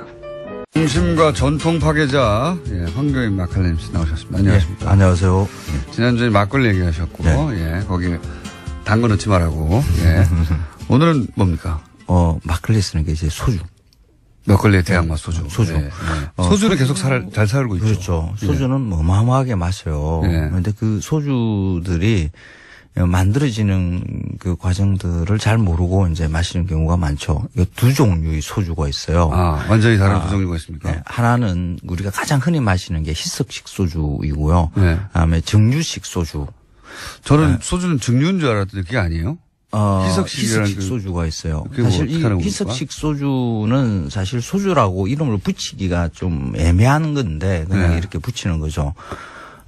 전분으로 이 알코올을 만들 수 있는 게 원래 뭐 알코올균의 활성화를 해서 누룩으로 해서 하는 방법은 그렇게 많은 알코올을 만들어내지 못하거든요. 생산성이 좀 떨어지거든요. 그렇죠. 그런데 요즘 뭐 기술이 발달하다 보니까 알코올을 갖다가 최대한 많이 이렇게 뽑아낼 수 있는 기술을 가지고 있습니다. 그래서 그런 방식으로 알코올을 한 95도짜리의 주정이라고 그러는데 95도짜리 술 이렇게 생각하시면 돼요. 그렇게 만들어서 거기에다가 물을 타는 거죠. 그래서 이렇게 뭐 여러 감미료 넣고 뭐 이렇게 향도 넣고 뭐 이렇게 해가지고 내놓는 게 지금 희석식 소주입니다. 그 대부분이 그렇습니까? 네, 대부분이 그렇습니다. 우리가 그 소주가 그 마트 같은 데 가면 뭐 그 1,000원대지 않습니까? 그렇게 그렇죠. 값싸게 우리나라에서 가장 대중주라고 할 수 있는 가장 싼 술이죠. 그렇죠. 네. 그래서 이렇게 값싸게 먹을 수 있는 게 이제 그런 기술이 바탕이 되고요. 또 하나가 이제 값싼 재료이거든요. 그 소주들은 타피오카라는 그 재료를 씁니다. 이거 뭡니까? 처음 들어봤는데요, 저는. 저 보통 이제 동남아시아나 아프리카나 뭐 이런 데 보면 그 뿌리 위에 이렇게 뭐 고구마처럼 이렇게 큰 고구마처럼 그쪽 지역에서는 보통 이걸 식량으로 이렇게 쓰는 거였는데 그게 전분을 아주 값싸게 확보할 수 있는 식물이거든요. 그거는 캐고 난 다음에 그 위에 있는 줄기와 뿌리 그냥 박아 놓으면 또 거기에서 또 나와요. 또 나오고 또 나오고 하는 그렇습니다. 그래서 값싸죠. 그래서 그 타피오카를 가지고 지금 우리가 그걸 수입해서 그렇죠. 소주를 만듭니다. 거기서 전분으로 발효시켜가지고 95% 그렇죠. 만든 다음에 그다음에 물이랑 기타 등등 섞어서 뭐 20도 정도로 맞춘다. 그렇죠. 그런 거군요. 뭐 10몇 도짜리 뭐 이런 것도 나오죠. 그래서 그 타피오카가 그 본격적으로 들어오는 게 1970년대 말이거든요. 네. 그 이전에는 사실 고구마로 소주를 많이 만들었죠. 고구마로. 네. 고구마 소주는 한 70년대 이전에 태어나신 분들은 다 이렇게 고구마 소주를 드셨을 겁니다. 그 옛날 뭐 조선시대 같은 경우에는 이제 물론 쌀로 한 소주를, 전통적인 방식의 정류 소주를 마셨을 거고요. 이 고구마 소주에서 타피오카 소주로 넘어가는 과정에서 그 우리나라 농업 운동사에서 아주 중요한 사건이 하나가 벌어집니다. 1976년이었는데 그때 이제 한평 지역에서 고구마를 농민이 생산한 것을 농협과 뭐 그 수매를 해서 농협이 수매를 해서 주정회사로 이렇게 주기로 했는데 소주회사죠. 주기로 했는데 농협에서 그걸 수매를 안 한 거예요. 왜요? 주정회사에서 무슨 어떤 조작을 하기 위해서 그리고 타피오카가 이제 그때부터 이제 검토가 되기 시작하거든요. 갈아타기 하는 거죠. 재료 갈아타기. 그래서 한평 지역에 있는 그 고구마 재배 농민들의 고구마가 막 썩어 나가고 막 원래 거기서 구매해 주기로 해서 재배를 했는데 그걸 안 사줬다는 거죠. 그렇죠. 갑자기. 그렇죠. 사전 통보도 없이. 그렇죠. 그래서 농민들이 그에 대한 손해배상을 요구하면서 시위를 합니다. 그러니까 대한민국 건국 이후에 최초의 농민 그 투쟁이죠. 그게 크게 있었습니까, 그게? 그런 그렇죠. 사건이? 그게 한 3년 정도 이렇게 3년이나? 버텼는데 뭐 그때 뭐 농민들 입장에서는 배신당한 거고. 그렇죠. 당연히 이제 그 보상을 받아야 되는 거죠. 그런데 뭐 그 당시 뭐 정치 상황 잘 알지 않습니까? 그 박정희 정권 하에서 그 농민들이 굉장히 많은 고통을 당했죠. 폭력적인 그 진압들. 진압 당했겠죠. 그렇죠. 이 우리가 마시는 소주가 그 고구마에서 이렇게 넘어가는 과정에서 농민들의 고통이 그렇게 한 번 있었고요. 이 사건 이후로 사실 넘어가게 되는 겁니까? 그렇죠. 본격적으로? 그렇죠. 지금. 그러면 그걸 수입을 했던 회사. 쪽도 한번 봐야 되겠네요. 그 회사와 정부의 결탁. 이런 거는 이제 안 청장님이 잘 아실 텐데. 왜냐하면 술 문제는 국세청이 제일 잘 알아요. 이거 세금을 걷어가야 되니까, 그 관리를 거기다 국세청에서 하거든요. 그래서 안 청장님이 나중에 이거 술 문제도 한번 다뤄주시면. 왜냐하면 이거는 제가 보기에는 농협이 술 만드는 회사하고 이게 사전에 싸바싸바가 되지 않으면 갑자기 그 전에까지 계속해서 구매하 등을 일시에 중단할 수는 없지 않습니까? 맞아요. 이 사건이 뒤에 가서 그 농협과 주정회사와 뭐 정부의 뭐 일부 커넥션. 뭐 식품부 뭐 그때는 농림부죠. 하고 뭐 이렇게 그게 밝혀졌죠. 그래가지고. 밝혀졌군요. 그래서 막 그러지 않고서 그럴 리가 그렇죠. 없죠. 그런데 이제 우리가 마시는 이 소주가 타피오카를 원료로 하는 이 희석식 소주라는 게 값싸게 우리가 술을 마실 수 있다라는 게 소비자 입장에서는 조금 뭐 괜찮은 일일 수도 있지만은 좋은 술을 마시게 하는 방법도 아니고요. 소주가 지금처럼 그 저렴해질 수 있었던 계기이자 소주의 질이 전반적으로 하락하는 계기입니다. 그렇죠. 그리고 또 하나가 지금의 그 농업 환경들, 농민들한테도 이렇게 큰 도움이 안 되는 거거든요. 그 일본, 우리 가까이 있는 일본. 그 일본과 우리와 농업 환경이 거의 비슷해요. 뭐 인구 대비대 뭐 농지 면적, 뭐 농민수 이런 게 우리보다 훨씬 또 적기도 하고요. 그 농민수는. 그런데 그 일본에서는 그 고구마라든지 쌀이라든지 자국 생산의 그 농산물로 하는 소주가 굉장히 많거든요. 지역마다 가보면 그런 소주를 만드는 게 굉장히 활성화되어 있습니다. 우리나라도 사실은 그 지역마다 소주가 있었잖아요. 지금도 있긴 있는데 지금은 도별로 그것도 이제 국세청하고 관련이 있는데 국세청이 세금 잘 거두려고 효율을 위해서 이렇게 통합한 거라고 이렇게 보면 돼요. 아, 지역마다? 예. 근데 그 자연 발생적으로 그 지역 사람들이 먹는 술. 예. 이게 그래서 유명한 중요하거든요. 소주. 예. 그래서 일본 가면 우리는 뭐 그런 걸 지역 특산 소주로 이렇게 많이 사오고 해요. 비싸게 사옵니다. 네, 비싸게 사오죠. 그게 다 쌀, 고구마 뭐 이런 지역의 산물로 만드는 거예요. 자기들만의 제조법으로. 그렇죠. 근데 지금 우리는 지금 올해도 이제 쌀 그 생산량이 뭐 다행히 뭐 결과를 보니까 뭐 소비량 생산량 그렇게 크게 늘어난 것 같지는 않은데 아이가 많아요. 쌀이 재고로 넘치고요. 쌀을 정부에서 어떻게 관리하기 위해서 이렇게 따로 시장에서 경리시키기 위해서 돈을 또 막 들여야 되고 하는 일이 많거든요. 이때는 그러니까 뭐 70년대, 80년대 다 그랬지만 60년대도 포함하여 돈 벌려고 돈 벌려고 말하자면 지역의 전통이나 또는 그런 생산 방식에 있던 물건들이 싸그리 대량 생산으로 바뀌고 저렴해지고 가치는 떨어지는 그런 것도 있죠. 그런데 그러니까 원래 있었는데 없어졌다 이거는 조금 아니에요. 그래요? 아예 처음부터 없었다고 봐야 돼요. 우리나라에서는 지역마다의 특별한 제조법, 소주 제조법이 따로 그렇게 있지 않았습니까? 가양주라고 해서 지역마다가 아니라 이제 집집이 술 빚는 법들이 다 달랐죠. 근데 그 가양주가 산업화, 근대화 과정에서 그 공장형으로 이렇게 바뀌어 나가야 되는데 그 과정에 딱 그 일제 강점기가 이렇게 물려 있죠.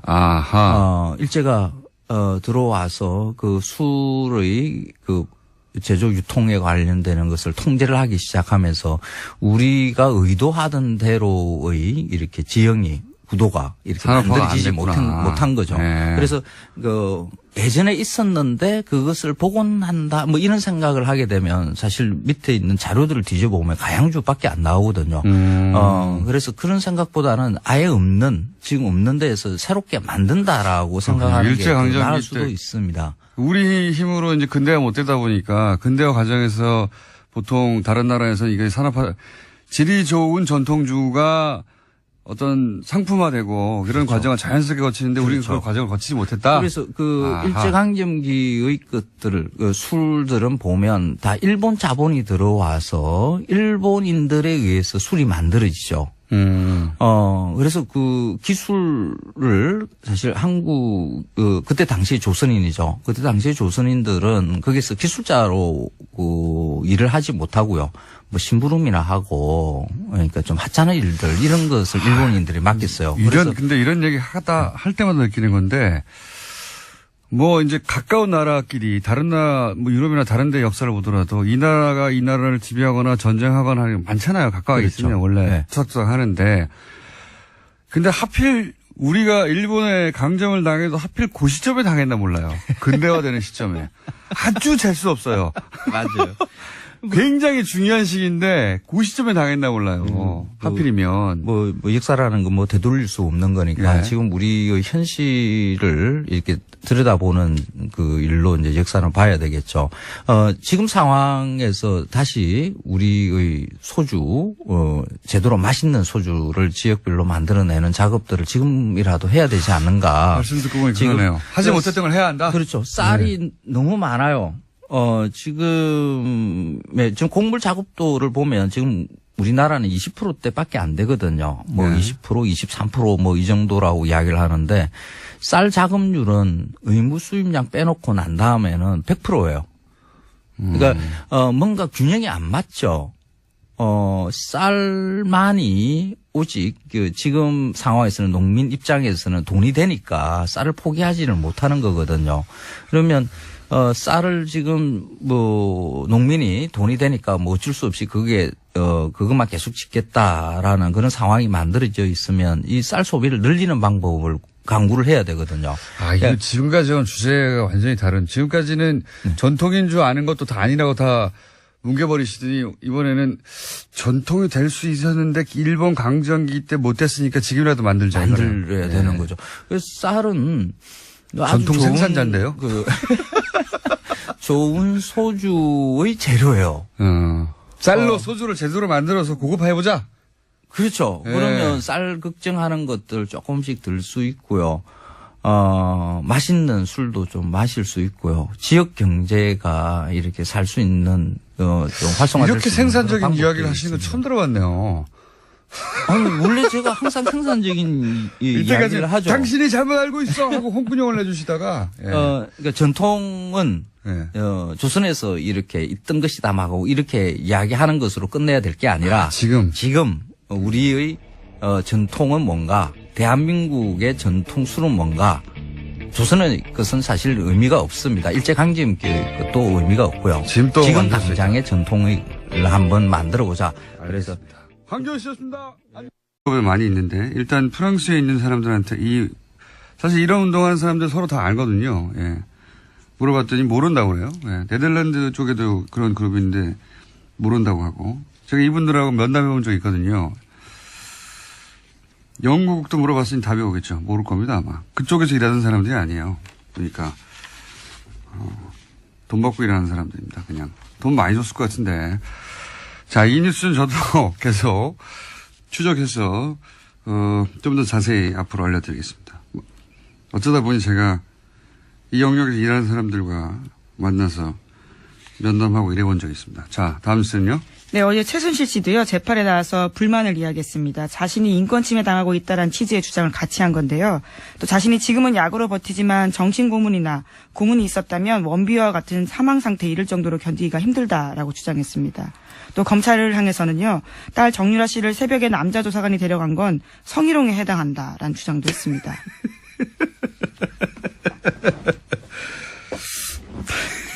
네, 또 최 씨 변호인은 최 씨가 정신적으로 불안해 장기간 안정이 필요하다는 취지의 진단서를 재판부에 제출했습니다. 그러니까 정신적인 불안해가지고 지금 장기적으로 그렇게 취하고 있지 않습니까? 조용히 정신적으로 안정을 취하라고. 근데 이제 이런 말들을 보면요, 오토 원비어 이런 얘기도 하고 성희롱이다 이런 얘기도 하고 뭐랄까요? 저는 아무 말이나 막 하는 거거든요, 지금. 자기한테 유리하면 자기한테 유리하게만 일방적으로 해석해서. 저는 출소하면 다시 재기를 위해서, 명예회복과 부활을 위해서, 또 자기 재산을 위해서 엄청난 자산가잖아요. 밝혀진 것만 가지고도. 수단과 방법을 가리지 않고 그렇게 할 것 같다는 생각이 듭니다. 수감된 상황에서도 정유라 씨가 남자 조사관과 함께 간 것은 그쪽에 연락을 해서 본인이 자청해서 간 것인데 직접 자기가 간 거죠. 네, 조사관이 와서 본인의 뜻에 반하게 마치 데려간 것처럼 계속해서 그런 식의 주장을 하고 있습니다. 보쌈 증언이라는 식의 이야기를요. 과거에 변호사들도 했었거든요. 근데 거기다가 성희롱을 갖다 붙이는 거 굉장히 창의적이네요. 오토 원비어도 나오고. 이건 전혀 공감대를 얻지 못하지만 본인은 그렇게 생각하는 것이고. 수단과 방법을 가지 않을 것 같습니다. 저는 출소하게 되면 여전히 재기와 부활을 위해서. 그리고도 아무런 죄의식을 느끼지 못할 것 같고요. 자, 다음 뉴스는요. 네, 자유한국당에서는 오늘 윤리위원회를 열어서 박근혜 전 대통령의 당적 문제를 논의합니다. 수차례 박근혜 전 대통령에게 사실상 자진 탈당을 권했지만 응답이 없었기 때문에 더 이상은 못 기다린다라는 건데요. 혁신위원회 권고대로 탈당을 권유할 가능성이 큽니다. 답을 할 거라고 생각하고 질문했나요? 예. 요식행위죠. 지금은 이제 바른정당과 바른정 탈당파와 통합하기 위해서 명분을 쌓는 것이니까. 그리고 동시에 이제 국민의당에서는 그 나머지 인원들과 합치려고 요즘 언론 플레이도 열심히 하고 있더라고요. 예, 일종의 데드라인이 다음 달 13일인데요. 바른정당 전당대회가 있기 때문입니다. 국민의당은 근데 조선일보하고 협력 플레이를 하는 것 같은데 조선일보는 오늘 또 그런 기사가 났던데 국민의당 40명 중에 30명은 통합에 찬성하고 있다. 네, 그렇죠. 예, 어떻게 아느냐? 이미 2주간 1대1 접촉으로 전수조사를 국민의당 의원들을 상대로 마쳤다. 그래서 5명 정도 반대한다. 하는 거니까요. 여론전을 하고 있고. 그러니까 이제 본인도 없이 진행됐다. 이런 얘기도 할 것이고. 근데 이제 유엔이 바보가 아니에요. 예. 그리고 해외 언론도 금방 사실관계를 파악합니다. 왜냐하면 이런 일이 있으면 당연히 외무부에도 물어보고 하거든요. 공식 질의하고 기자들이. 그러면 이제 일반 재소자의 수감시설 보여주고, 사진으로 보여주고, 그 다음에 박근혜 전 대통령이 누리고 있는 혜택들 쭉 얘기하고, 사실대로 얘기해주겠죠. 네, 어제 국감장에서도 굉장히 큰 화제였습니다. 노회찬 의원이 신문지에다 붙여놓고 현재 재소자들이 어떤 상황인지 그리고 박근혜 전 대통령과 비교해서 어떤지를 보여줬었거든요. 재소자들이 얼마나 좁은 데서 있는데 1인당 배정된 공간이 박근혜 전 대통령은 거의 10배 크기를 배정받고 있다. 퍼포먼스를 신문지 깔고 하셨죠. 그리고 끝나고 나서 바로 휴대폰으로 본인 이름을 검색해 보셨어요. 굉장히 많은 기사가 나왔습니다. 네. 창의적인 방식이죠. 사실 10마디보다 신문지 한 장에 깔아서 이렇게 좁은 공간에 있다라고. 동시에 이제 사실 우리나라의 그 다인실이라고 부르진 않지만. 여러 명이 있는 방요. 열악하죠. 네, 좁은 건 맞습니다. 덕분에 박근혜 전 대통령 덕분에 일반 수감자들의, 재소자들의, 인권 문제나 공간 문제가 해결됐으면 좋겠네요. 예. 그렇고요. 그리고 관련 뉴스가 많습니다. 워낙 희귀한 언론 플레이를 했기 때문에 관련 뉴스가 몇 개 더 있죠. 네, MH그룹에서 어제 대외 담당 변호사가 공식 입장을 냈는데요. 박근혜 전 대통령은 고령에다가 아픈데 제대로 치료받지 못하고 있다라는 주장을 계속해서 하고 있습니다. 아픈데 있지 않습니까? 아픈데. 예. 네. 아프실 예정이 해외까지 전파됐어요. 예. 네. 하지만 MH그룹 같은 경우에는 박근혜 전 대통령을 직접 접촉한 바는 없다라고 밝혀서요.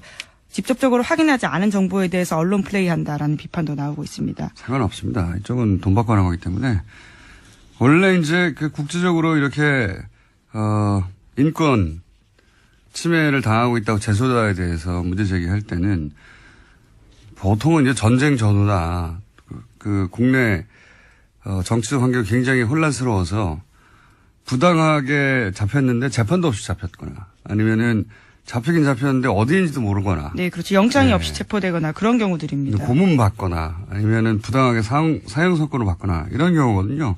박근혜 전 대통령은 전혀 해당 사항이 없습니다. 전혀 해당 사항이 없고 인권위도 이런 지금 박근혜 전 대통령은 개인이거든요. 개인에 관련된 사안은 안 다뤄요. 여기서는 보통 전반적인 인권 환경에 대해서 다루지 이것도 말이 안 되고요. 네. 다음 달 9일에 검토할 기초 자료에도요. 박근혜 전 대통령 관련된 사례는 없다라고 합니다. 앞으로도 없을 겁니다. 네. 여성과 아동 최저 생계비 이런 내용만 보고서에 있다라고 합니다. 이 그룹이 UN 인권위를 상대로 한 이런 일을 해본 적이 없는 것으로 보입니다. 없어서 굉장히 어설프게 진행하고 있다. 언론 플레이를 크게 하는 것 같지만 어설픕니다. 그리고 회사, 컨설팅 회사요. 여기는 인권 단체가 아니고 회사예요. 보니까. 네, 컨설팅 회사라고 알려져 있습니다. 네, 돈 주고 하는 곳인데 이제 어제도 말씀드렸지만 국제적으로 이제 법률가들이 아까 말씀드린 케이스 같은 경우를 놓고 이제 인권운동 하는 그런 그룹 단체가 있긴 있어요. 유럽라고 하던데 전수조사를 다 마쳤는데 어떻게 당사자들은 자신들이 그런 조사를 받았다는 걸 모릅니까? 예, 박지원 대표도 모르던데. 자, 어쨌든 이 기사 역시 여론조사, 비밀리에 한 여론조사가 조선일보에서 나왔죠. 예, 이 기사도 역시 조선일보. 조선일보는 이제 걱정하는 거죠. 국민의당에서 혹시 민주당과 합칠까봐. 예, 걱정이 많아요. 조선일보가. 그래서 국민의당의 안철수계하고는 이해관계가 맞는 거죠. 그래서 연일 이런 특종을 하고 있습니다. 자, 다음 뉴스는요. 네, 오늘 새벽 추명호 전 국정원 국장에 대한 구속영장이 기각됐습니다. 서울중앙지법 강부영 영장전담 부장판사가 다음과 같은 기각 사유를 밝혔는데요. 전체 범죄 사실에서 피의자가 차지하는 지위와 역할, 피의자의 주거 및 가족관계 등을 종합하면 구속해야 할 사유와 필요성, 상당성을 인정하기 어렵다라는 겁니다. 검찰이 계속 기각될 때마다 비슷한 워딩인데, 예. 추명호 전 국장도 오늘 기각됐고 또 공교롭게도 추선희 사무총장도 네. 영장이 기각됐습니다. 두 분 모두 기각됐고. 네, 여기는 기각 사유가 약간은 다른데요. 읽어보면 혐의는 소명되나 피의자의 신분과 지위, 수사 진행 경과 등을 고려할 때 도망 및 증거인멸의 염려가 있다고 보기 어렵다라는 겁니다. 혐의는 있지만 증거인멸 염려가 없다라는 취지 이야기인 거죠.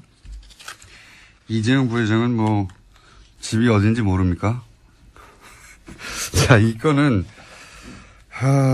또 두 건이 동시에 발생했기 때문에 저희가 뉴스공장, 영장 해설 판사를 연결하지 않을 수가 없습니다. 네. 연결되셨는지 모르겠네요. 연결됐나 봅니다. 이정렬 전 부장판사 연결해보겠습니다. 안녕하십니까? 네, 안녕하세요. 네, 저희가 몇 차례나 반복적으로 한, 기각 건이 이번에 또 비슷한 취지의 인터뷰가 이어질 것 같긴 한데, 그렇죠? 아니, 근데 이거, 예. 하루에 하나씩 하면 저도 2번 출연하시는데, 이거 하루에 2개를 해가지고. 네. 출연 횟수가 이래 줄었습니다. 네. 그러게 말입니다. 두 분을 그냥 묶어서 얘기해보죠. 예. 이 단건으로, 얘기하기보다는 사실은 쭉 이어져 온 어떤 흐름이 있지 않습니까? 그렇죠. 네. 그 흐름의 관점에서 보실 때 이게 어떤 문제가 있는지 좀 정리해 주십시오. 이게 저도 그래도 한때 법원에 몸담았던 사람이라 가급적이면 일반적으로 판사들이 하는 그런 거에 맞춰가지고 좀 말씀을 드리고 다른 여러 가지 의도는 배제하려고 했는데 오늘 거는 진짜 좀 어떻게 할 수가 없네요. 진짜 보니까. 영장 판사도 직접 해보셨잖아요. 예. 일단 크게 저 공장장님께서 이제 두 가지를 묶어서 얘기하라고 하시니까 조금 전에 김 기자님께서 말씀을 해주셨는데 이제 두 사람의 구속영장 청구 기각 사유 중에서 공통되는 점이 하나가 있습니다. 이 사건 범죄 사실에서 차지하는 지위, 피의자의 지위라는 말이 나와요. 네네. 예, 그런데 이제 이 지위라는 말이 보통 이제 언제 쓰이냐면 이게 직급 이런 걸 말하는 게 아니라 범죄에 있어서의 주범이냐 아니면은 수족이냐, 손발이냐, 이런 거를 의미하는 거거든요, 이 지위라는 게. 네네. 그런데 이제 지위에 비추어 보니까 해서 기각을 했다는 건 결국 지위가 별게 아니라는 얘기잖아요. 네. 예, 그러니까 이제 안녕하세요, 김어준입니다. 이명박 정부 시절 국정원이 김대중 전 대통령 노벨상 취소를 위한 공작을 했었다는 사실 이미 밝혀진 적 있죠. 그런데 어제 국정원 적폐청산위에 따르면 국정원 심리전단은 노벨상 취소를 위해서는 단계적인 공작이 필요하다며 노르웨이의 라프토 인권상 수상을 먼저 취소시키려 했던 것이 새롭게 드러났습니다. 김대중 전 대통령이 자기들한테 뭘 어쨌다고 저런 짓을 한 걸까요? 이명박 전 대통령이 김대중 전 대통령에게 무슨 정치적 탄압이라도 받았습니까? 빨갱이라며 왜곡당하고 사형 선고당하고 외교부로 쫓겨나고 현해탄에서 수장될 뻔하고 평생을 당하고 산 건 정작 김대중 전 대통령이었는데 오히려 선거법 위반으로 정치활동도 할 수 없었던 이명박 전 대통령을 사면 복권한 게 바로 김대중 전 대통령이었습니다. 그런데도 저런 짓을 해놓고 어떻게 지금 자기들이 정치보복을 당하고 있다고 그렇게 주장을 하나요? 반성이나 성찰 그런 건 바라지도 않습니다. 그래도 최소한 염치는 있어야 하는 거 아닙니까? 아니면 묻는 말에 답이라도 해야죠. 다스 누구 겁니까? 답을 주세요. 김어준 생각이었습니다. 누구 겁니까? 네, 어제 드디어 이시영 씨한테 기자들이 그 질문을 했습니다. 네. 했죠. 네. 했더니 답은 돌아오지 않았습니다. 당황스러운 답변이. 저랑은 상관없는. 근데 이 상관없다는 것이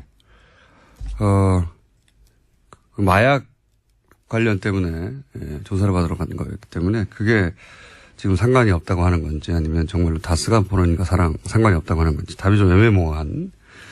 이와간 이제 묻기 시작했는데 답을 안 하고 있습니다.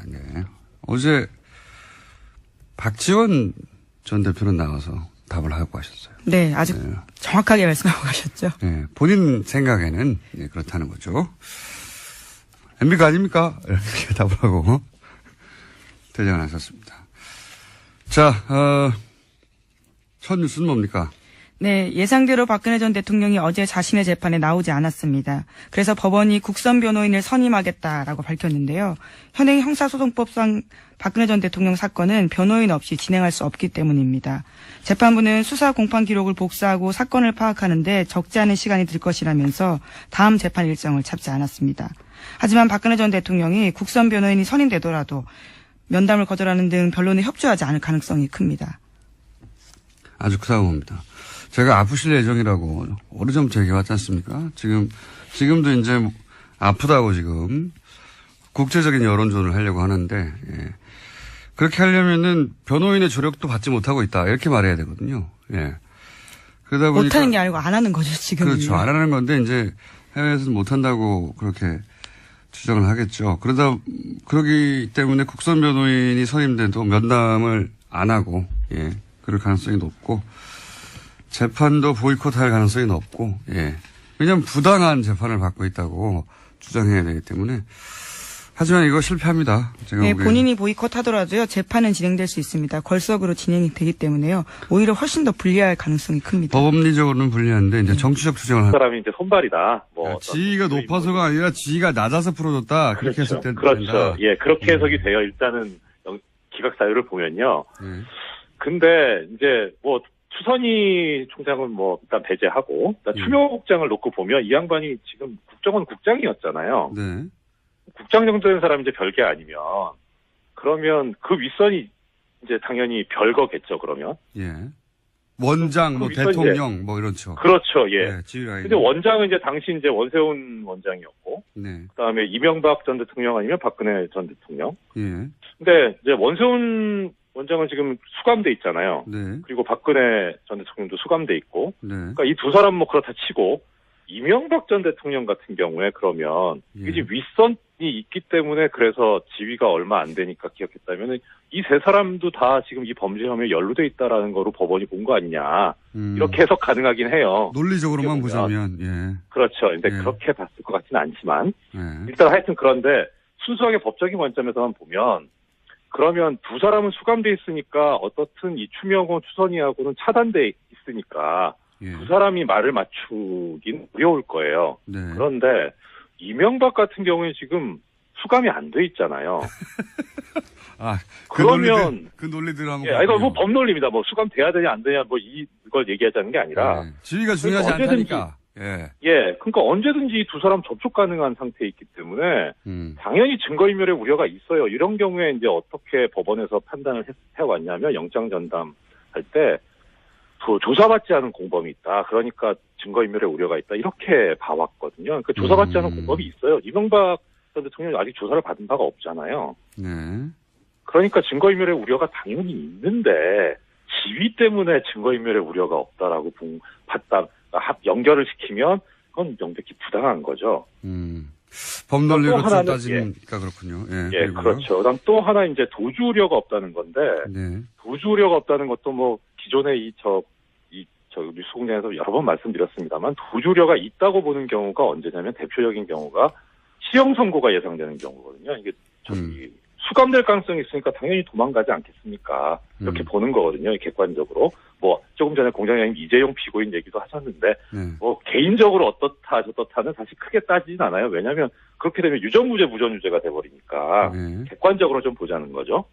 근데 지금 이 사건에서 보면, 내용이 뭐냐면은, 이 공무원이 정치적 중립을 지켜야 되는데, 이건 다른 법도 아니고 특별법이 있어요. 국정원법에 정치적 중립을 지키라고, 다른 일반 법하고 달리. 국정원 직원이 거기다 민간인이 공모 가공해가지고, 민주주의의 근간을 흔들어버리는 여론 조작을 해버린 거란 말이에요. 상당히 중대한 범죄죠.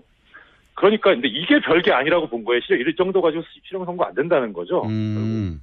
실형 선고가 예상될 정도의 중대한 범죄는 도주의 우려라고 우리가 있다고 생각해서 구속하는 게 통상적인 경우인데, 그렇죠. 중대한 범죄가 아닌 걸로 봤다. 그렇지 않고서는 이런 논리가 나올 수가 없다. 이런 말씀이시군요. 그렇죠. 그러면 이게 중대한 범죄가 아니라면 이거는 이 영장전담 판사들이 민주주의를 부정하는 세력이거나 아니면은 최소한 적어도 이쪽에 관련된 정치적인 입장과 견해를 같이 하는 거 아니냐라는 그런 의심이 들어요, 강하게. 그런 더 나가서 지금 문제가 뭐냐면, 네. 잠깐만 나갔습니다.